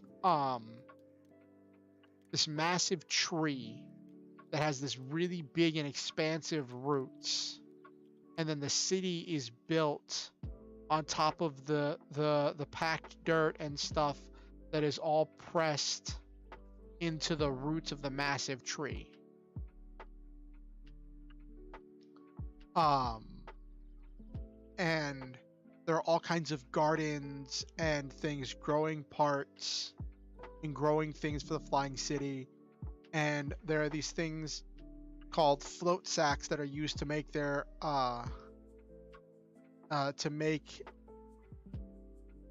airships fly, which, okay, this is my one caveat, because the float sacks are filled with hydrogen because it is possible to make hydrogen from a plant. That is possible. Albeit in the experiments that have been done producing hydrogen from houseplants, those houseplants were fed toxic waste. But it is possible, so I took it and ran with it. Um,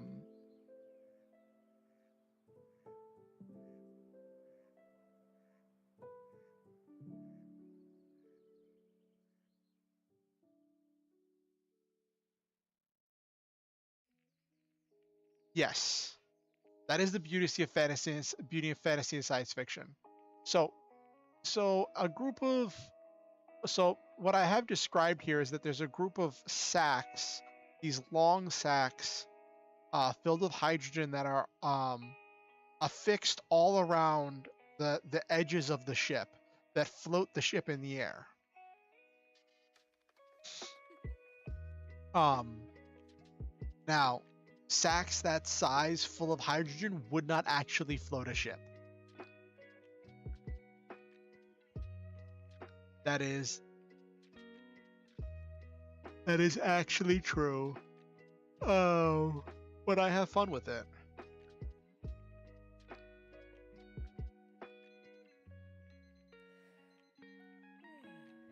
Now, I could, like, I could say it's some other particle that's like unobtainium or whatever, that's even lighter than air. But like hydrogen's literally a single proton. If I'm calling this science fiction, like you're not getting much lighter than that. You know what I mean?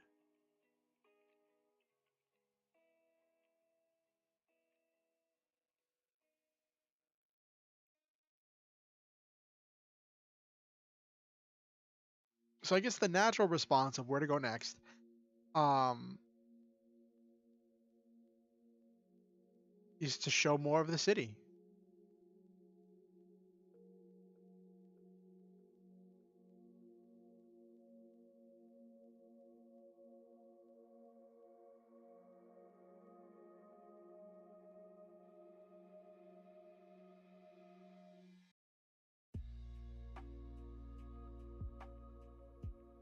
So, um, this is one thing I'm not sure if I properly explained, Goldfish.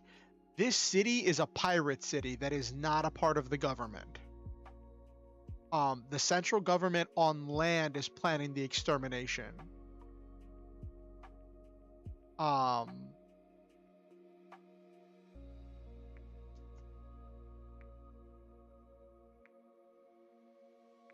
but that is a good point. Could have, yeah, the logical explanation if I want to see more of the city is to have the character leave the bar and explore the rest of the city. That is the logical next step, right?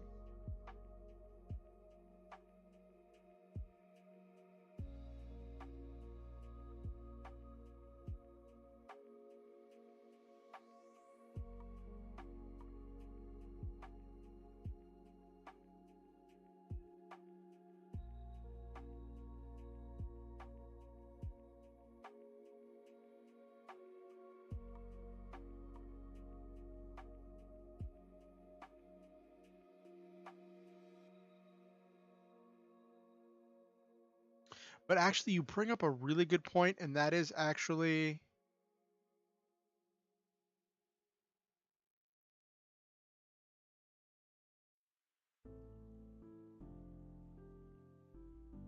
that actually gives me an idea for where to go with this. I can have her first mate show up and have them talk more pointedly about how the city. No, not have the first mate show up. Have her go to the first mate. That gives me a chance to show more of the city.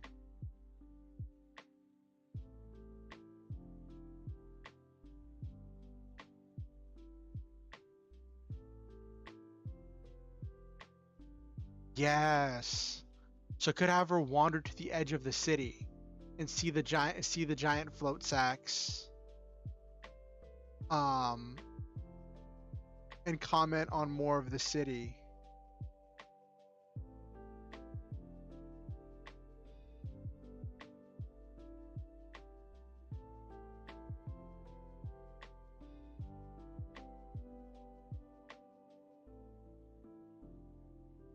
I want her to meet her first mate and have a conversation with her first mate because um unlike everybody else here, her first mate knows the secret that before she was an air pirate, she was the revolutionary, a mythical figure that led the revolution that overthrew the previous government and installed the current government. So I want to have a conversation where that gets addressed in order to inform the audience that the first mate knows that and to have kind of a private conversation between the two of them. And I could have it towards the edge of the city.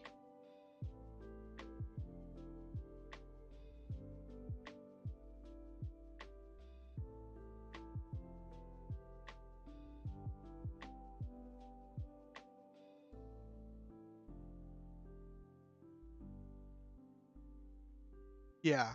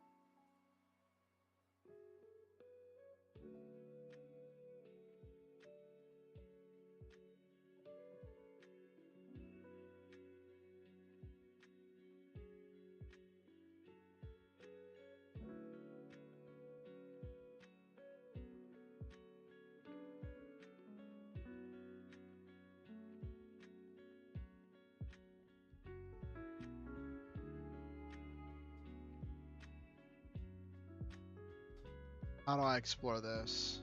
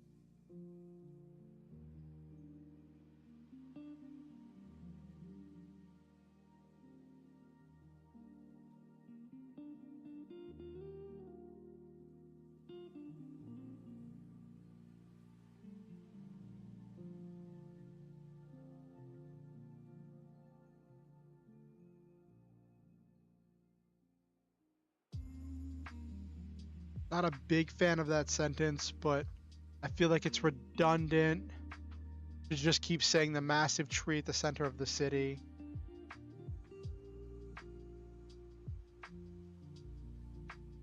This is telling us more about the city, though. That's what I wanted.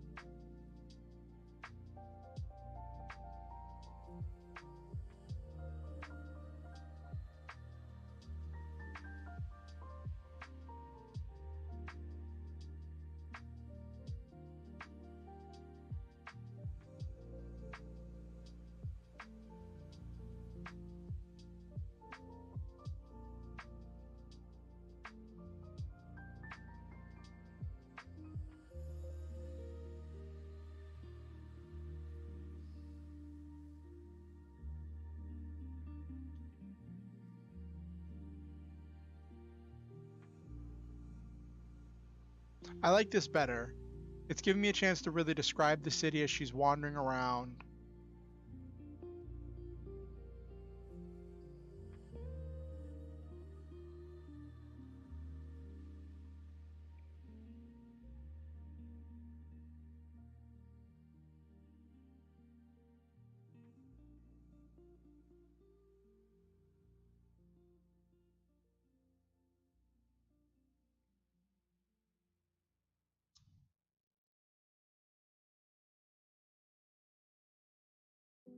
Okay.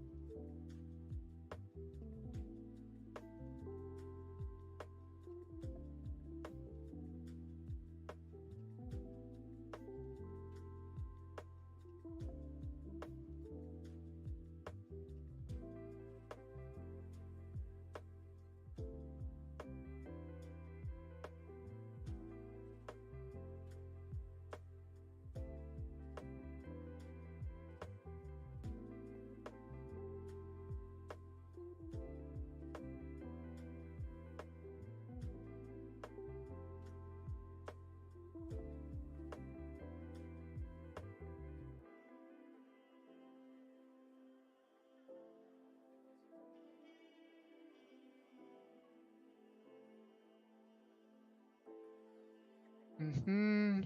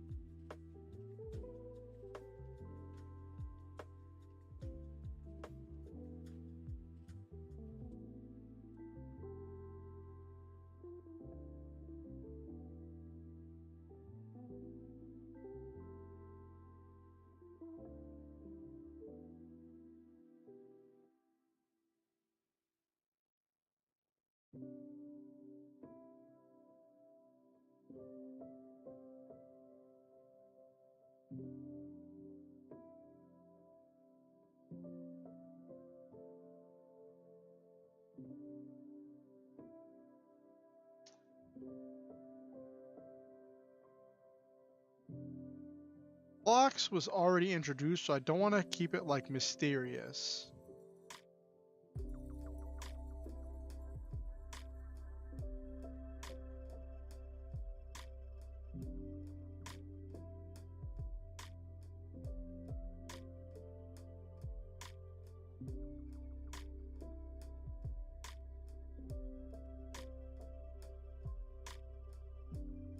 I'm giving him purple hair because I want to give him purple hair.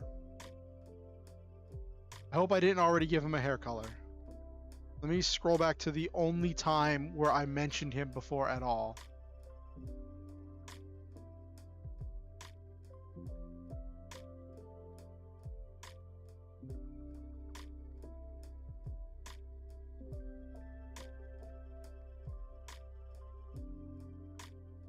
Nope, I didn't describe it all. That's one thing I'm really bad at, is I'm really bad at describing what people look like, and I really should get better at that.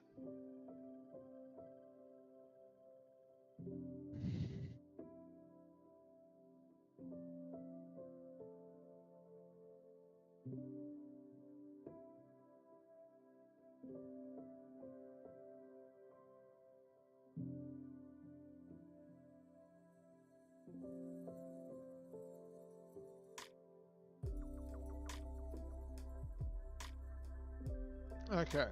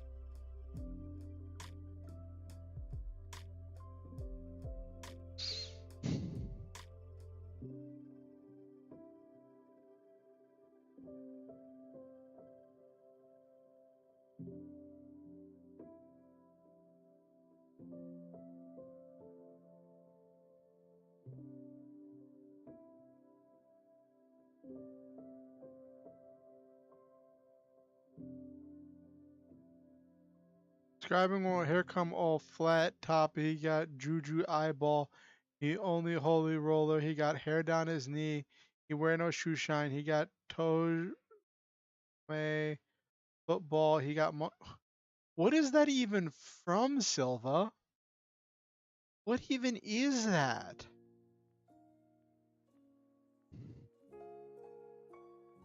What even is that, Silva?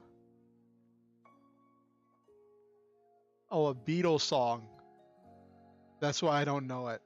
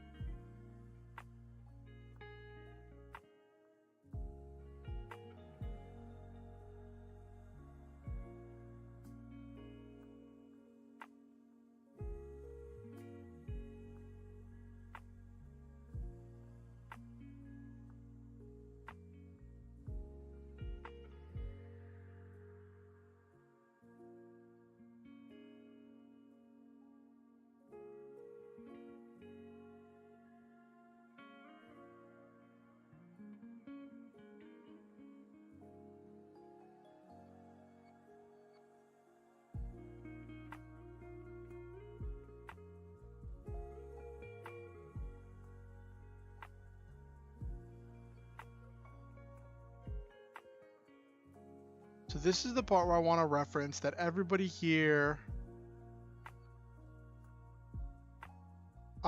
this entire city is formed up of people who were all a part of Grief's crew. I'm not sure if I referenced that yet.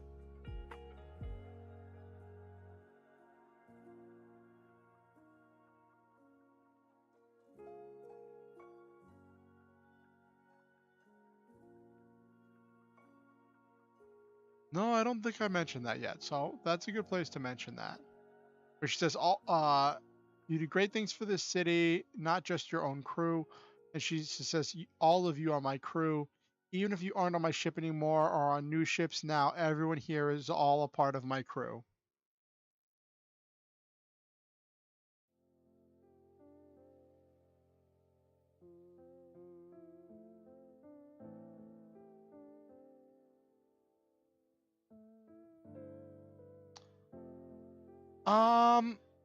I was thinking small city.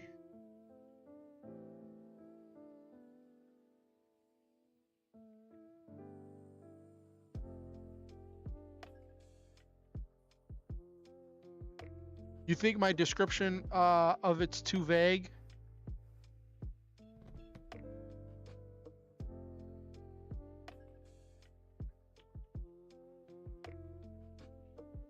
Yeah, that's what I'm going for. The idea is that everyone on board this city was at some point a member of Grief Stormblood's crew. Even though some of them have gotten their own ships and formed new crews from amongst themselves.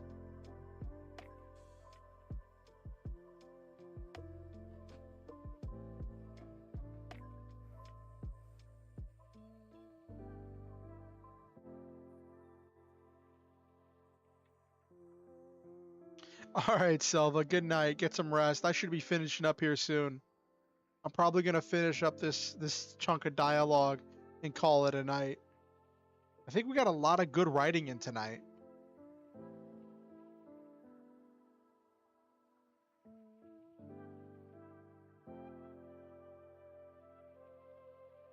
Oh yeah, we're up to 690 words and we're not even done. So yeah. That's definitely a good chunk of writing. It took a while. It took a while in order to get going. Um like it took Goldfish's suggestion in order to have them like talk about the defenses or to talk about the city.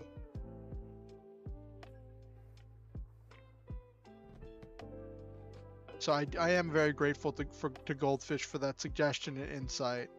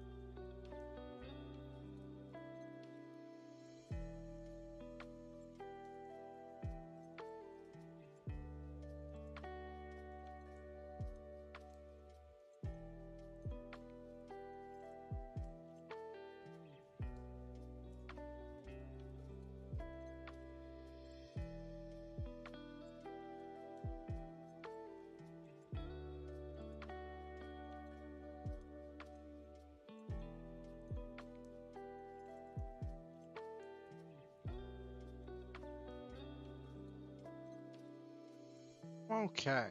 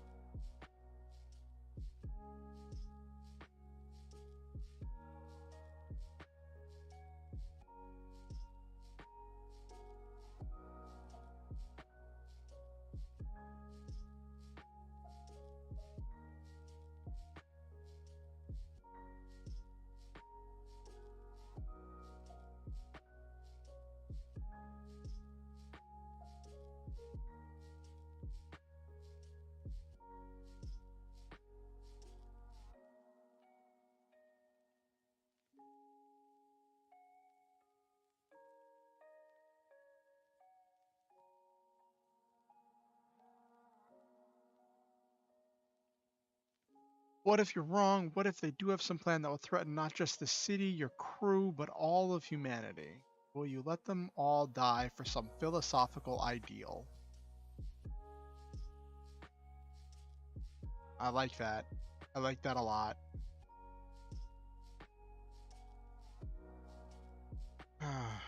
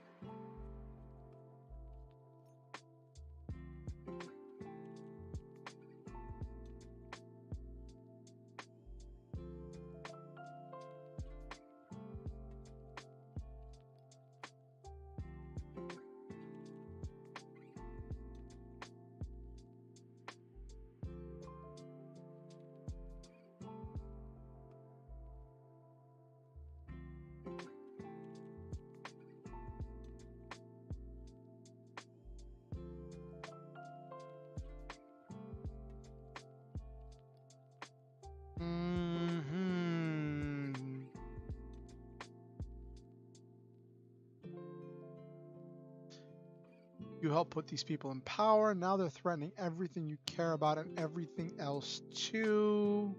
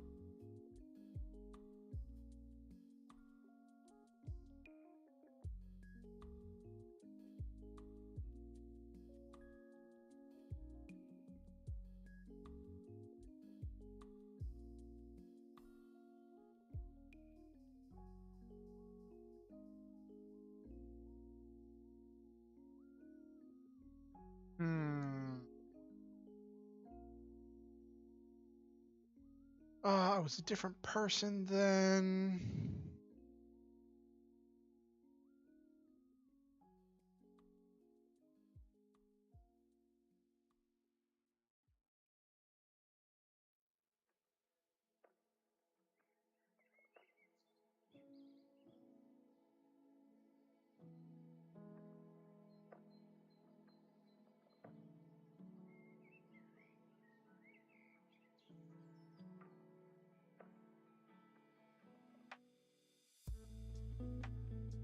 Yeah, I did do it quite a lot.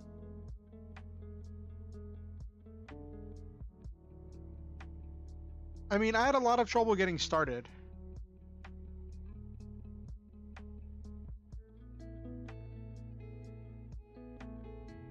Are you are you behind Nekomaji?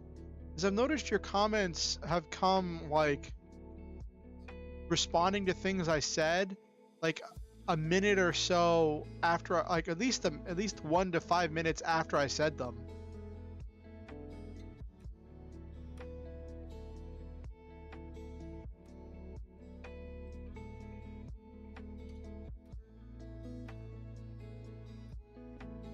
Okay, just wanted to check.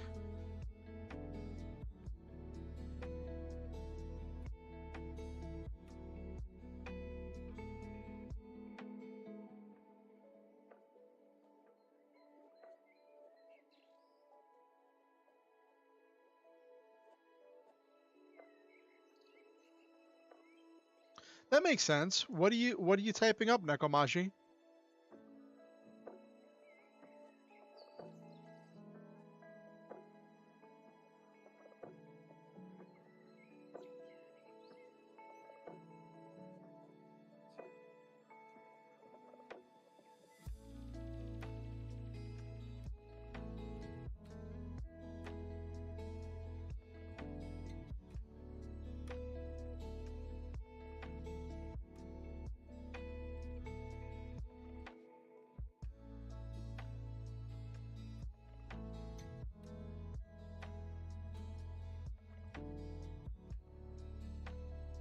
Oh, what are you thinking about, Nekomaji?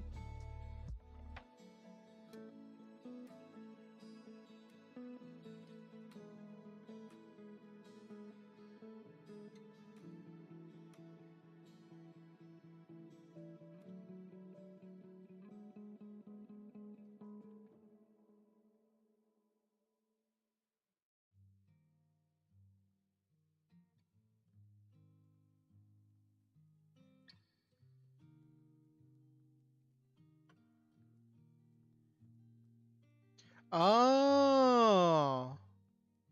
Oh, you've been updating your OC story. Okay, are you still working on the armor one?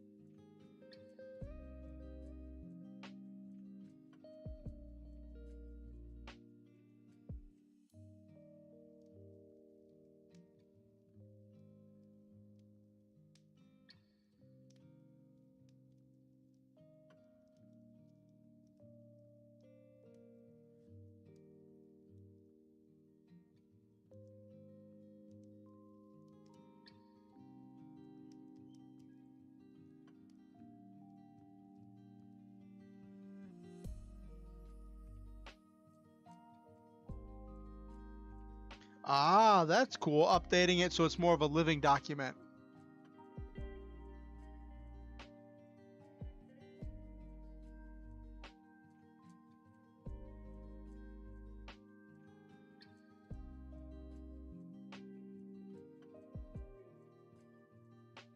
This line will change. He was desperate to see her live up to her potential. Because that is a telling line that is not a showing line. And I don't know how to show that.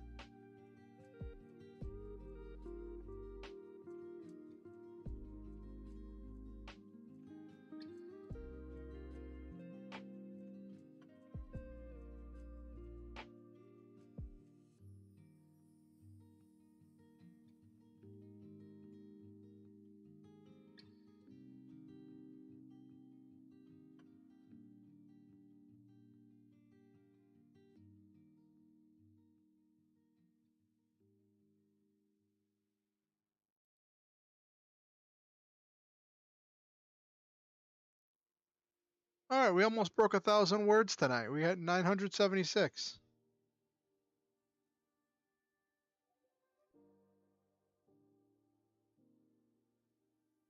Ah, that's cool, Nekomaji.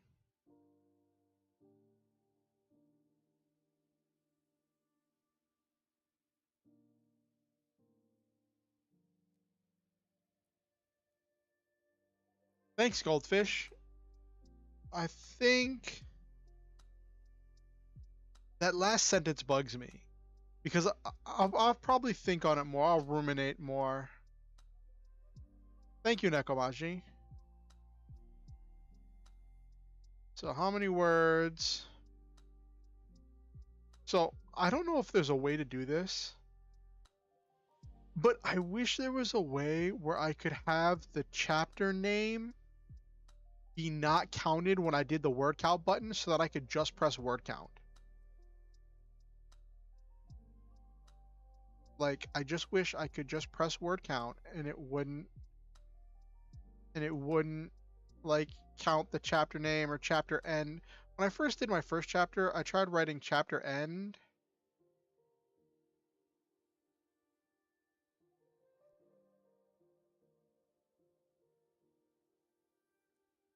That just was, of course the chapter ended.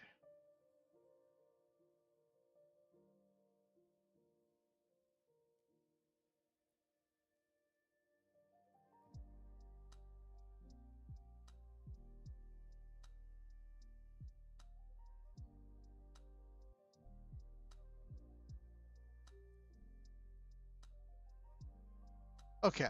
Ba, ba, ba, ba, ba, ba. So what I do is when I do the word count, I highlight what the chapter is, and I have oh,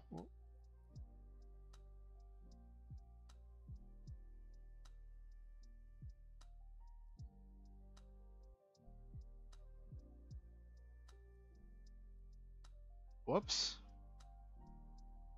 Forgot that that was going to throw out all my formatting.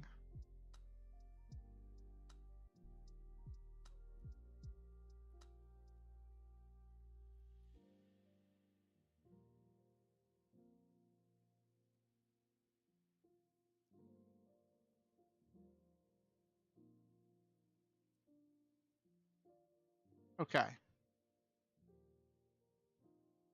So let's see how many words are in chapter 4.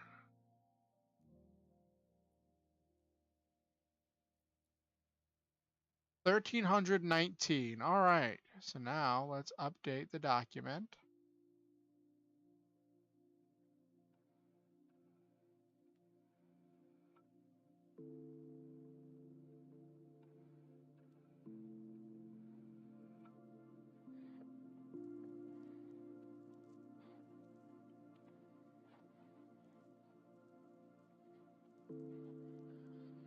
I'm glad I took yesterday off of writing because it let me come at this energized and refreshed. And also the warmer pants definitely helped. I think once I get a jacket, it'll make things a lot better down here. Okay.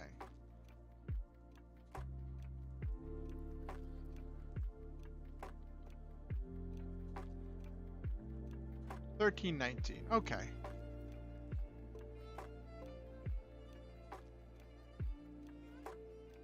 I'm not gonna do the math this time because I'm too lazy. So I'm just gonna, no, that's not what I wanted it to do. That is not what I wanted it to do. No.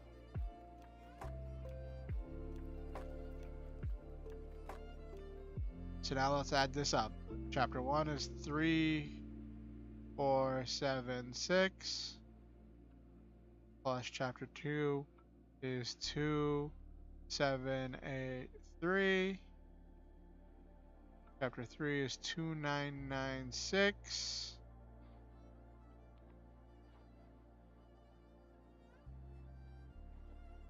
And now chapter 4 is 1319.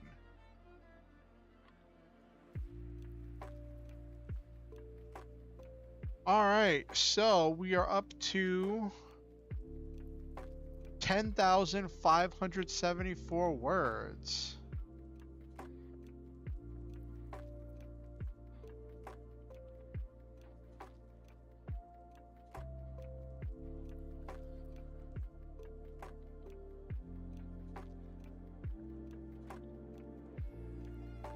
Alright, we broke the 10,000 mark.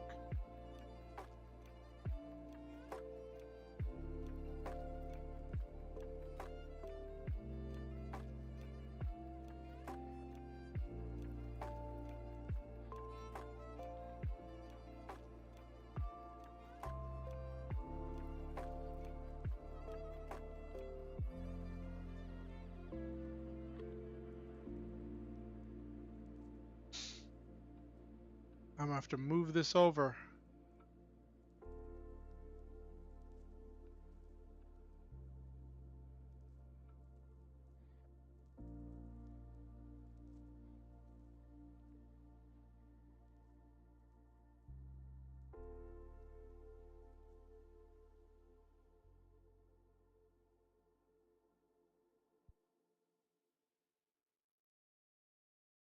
What, you have trouble? You have trouble imagining that I broke 10,000 words? Well, I mean, I've been writing off stream as well. I try to write every single day. Yeah, 10,000 words. Thank you, Goldfish.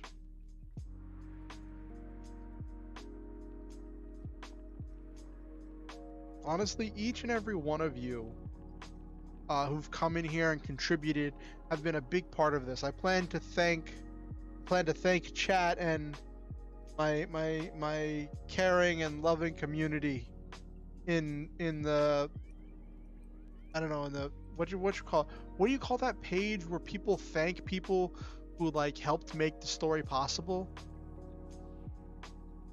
You know, is there an actual name for that?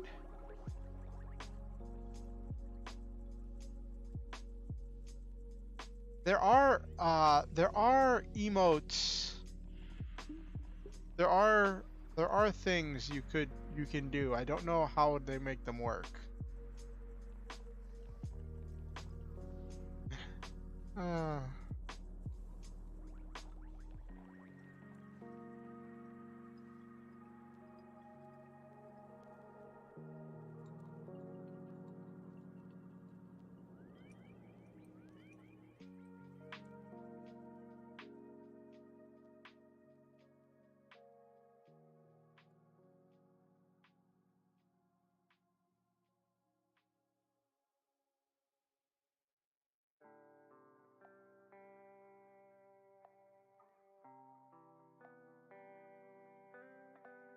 Ooh, that was a ride.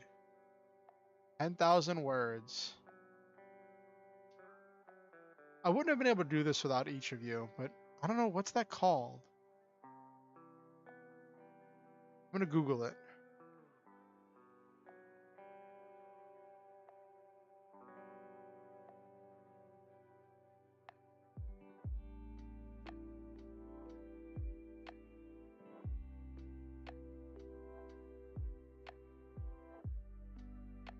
Book acknowledgements.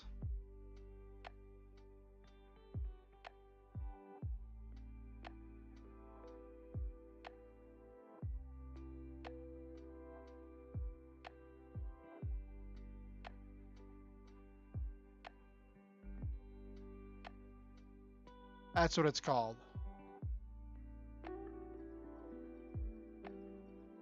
Oh, thank you. Thank you, Nekomaji. Looks like you figured out the emojis.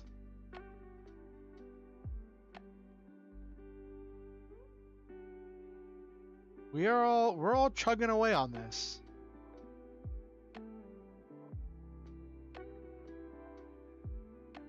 It has been quite the adventure. I think we have done more than enough writing for tonight.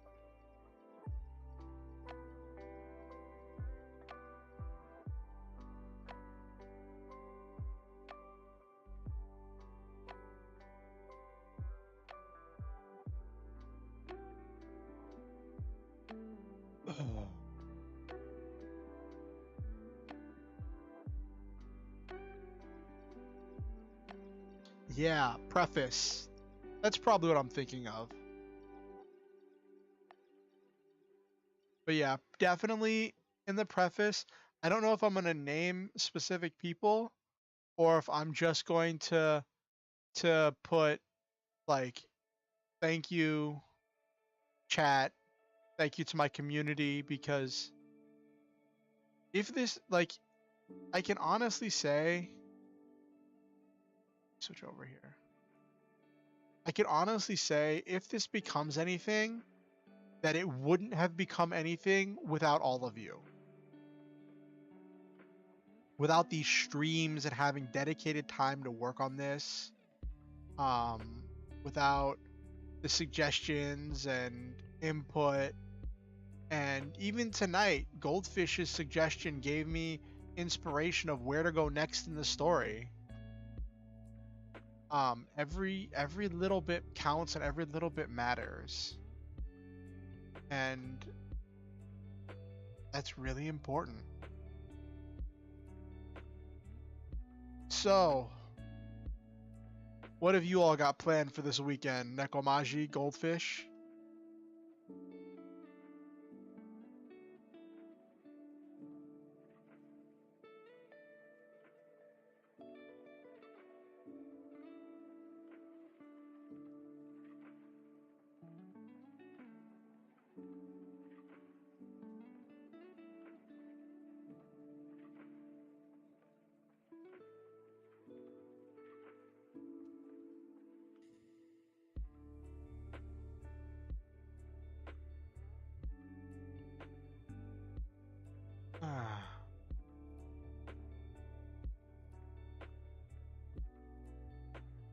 Ah.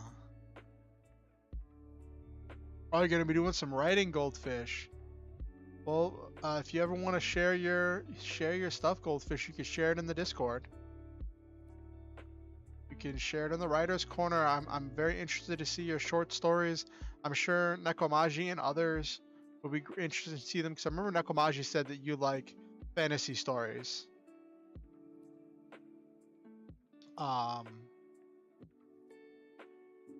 At Nekomaji, you host a game night. Oh, that's fun. Gonna be doing anime night tomorrow, where we're gonna be watching anime and hanging out.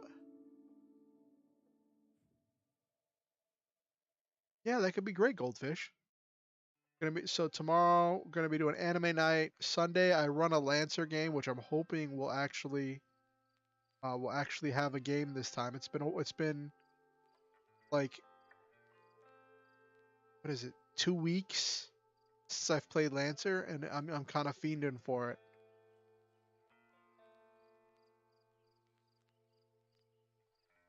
So I'm definitely looking forward to that.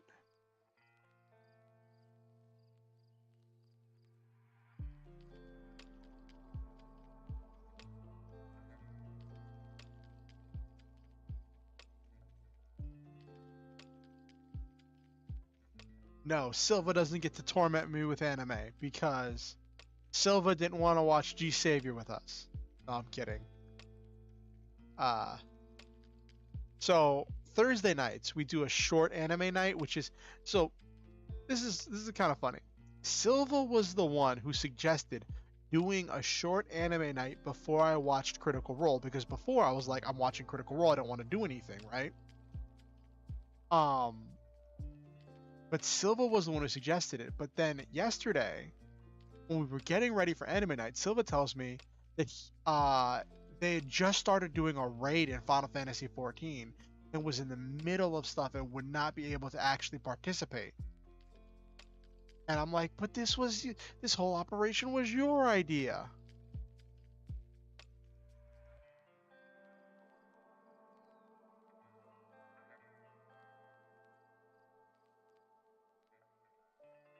So what we did yesterday, instead of watching anime, Okusen and I watched G Savior, the live action Gundam movie, and reveled in its horrible, horrible stink.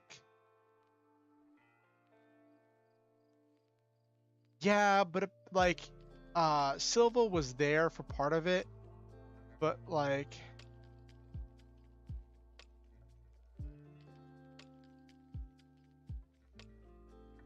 I don't know, Nekomaji. I don't know.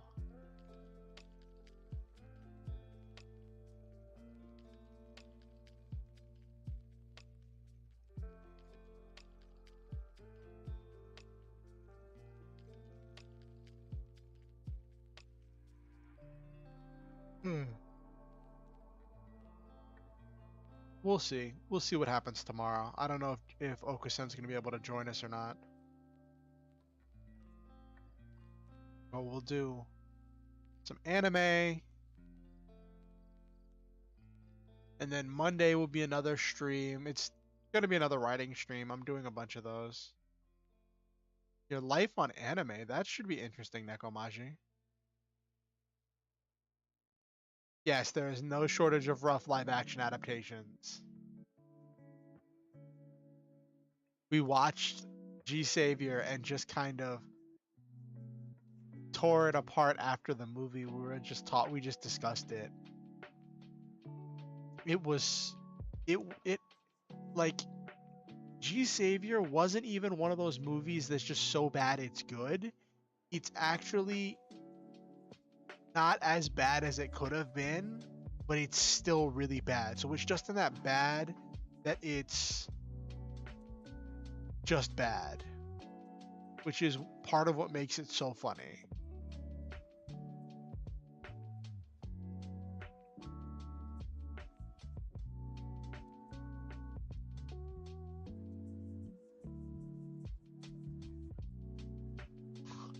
Oh my gosh.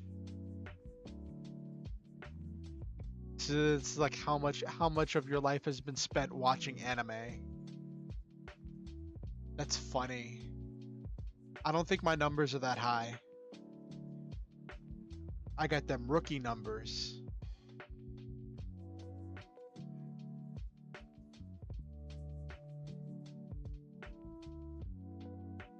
Yes, days well spent, Goldfish.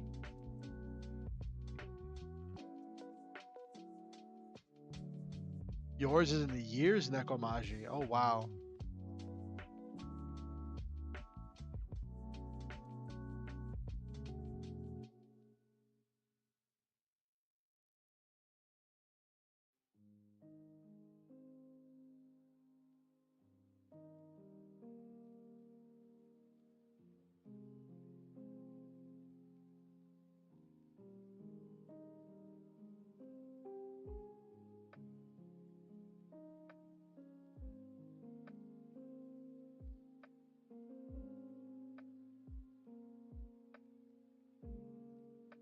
Oh my gosh. Anyway, it's getting late and I'm unsure whether or not I have to be up early in the morning. My friend had said something about wanting me to watch at least I believe so. It's nice.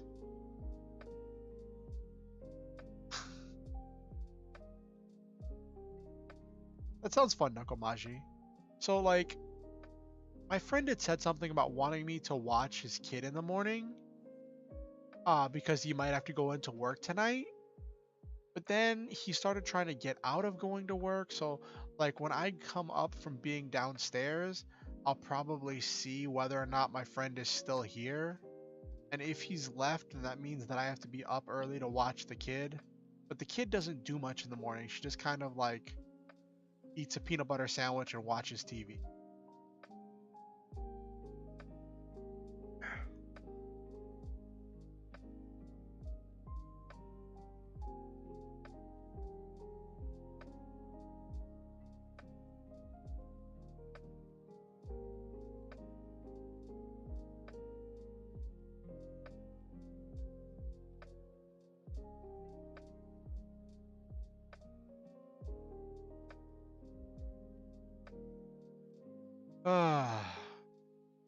But anyway, thank you all for coming on this adventure with me. It means a whole lot. Um, we're at 10,000 words. That's that's quite an achievement. That's quite an achievement. Like you were talking before about like some editors will edit your first 500 words and see if their editing style matches what you need for them to be your editor. And like 500 words wouldn't even get through my first chapter. Um, this is on its way to become something. Like so, something is considered a novel whenever it breaks 50,000 words. But the number I'm shooting for is 90,000, but I'm not going to hit that in my first draft because I'm going to need to expand things, shorten things, do a bunch of stuff. So I'm probably only going to hit 70 to 80,000 in my first draft. Um, but you never know. It might be a short novel. It might only crack 50,000 in the first draft. We'll see. But one way or the other, this is still a big milestone. And I want to say thank you to all of you for being here with me for it. I want to tell you that I love each and every one of you. Yeah, I think that's definitely true, Goldfish, doing a pass after to punch it up. Um, but yeah, I want to say that I love each and every one of you, and I believe in each and every one of you. You know, one of the people I lived with today was like, "Oh, some people, there's no hope for some people," and I'm like, "No, I believe in everyone because that's what I do. I believe in people, and I believe in their capabilities and their potential to succeed and to grow. Even if it doesn't look like much, I still will believe in people." Because that's just who I am. Even if I'm proven wrong 1,000 times, I only have to be proven right once for it to be worth it to me to believe in people. Sorry, got off on a tangent there. I was in the middle of doing my outro and then I got distracted. Uh, anyway, I love each and every one of you. I believe in each and every one of you, and I think that you all are precious, valuable, and important.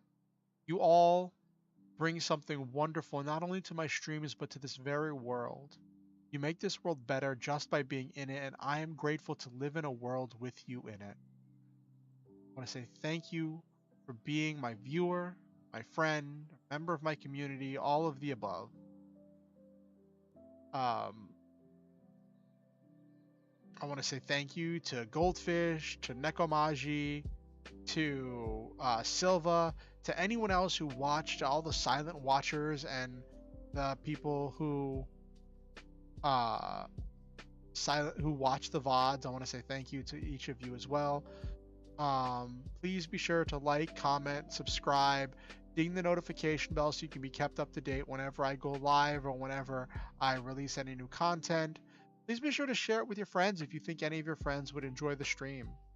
Um, I think this content can be really good and enjoyable for people. I wouldn't do it if I didn't think it was entertaining. Always remember the motto: shoot for the stars, have wonderful adventures, live your dreams, and always, always, always stop to enjoy the memes. Also, if you want to be kept up to date more with what I'm doing, there's a link to my Discord as well as my Twitter in the description. I'm very active on Twitter. Probably a little too active, honestly. Um, if you ever feel motivated to give to improve the stream or improve my life, there are links where you can do that in the description as well. I hope you all have a wonderful night, and remember, you're amazing.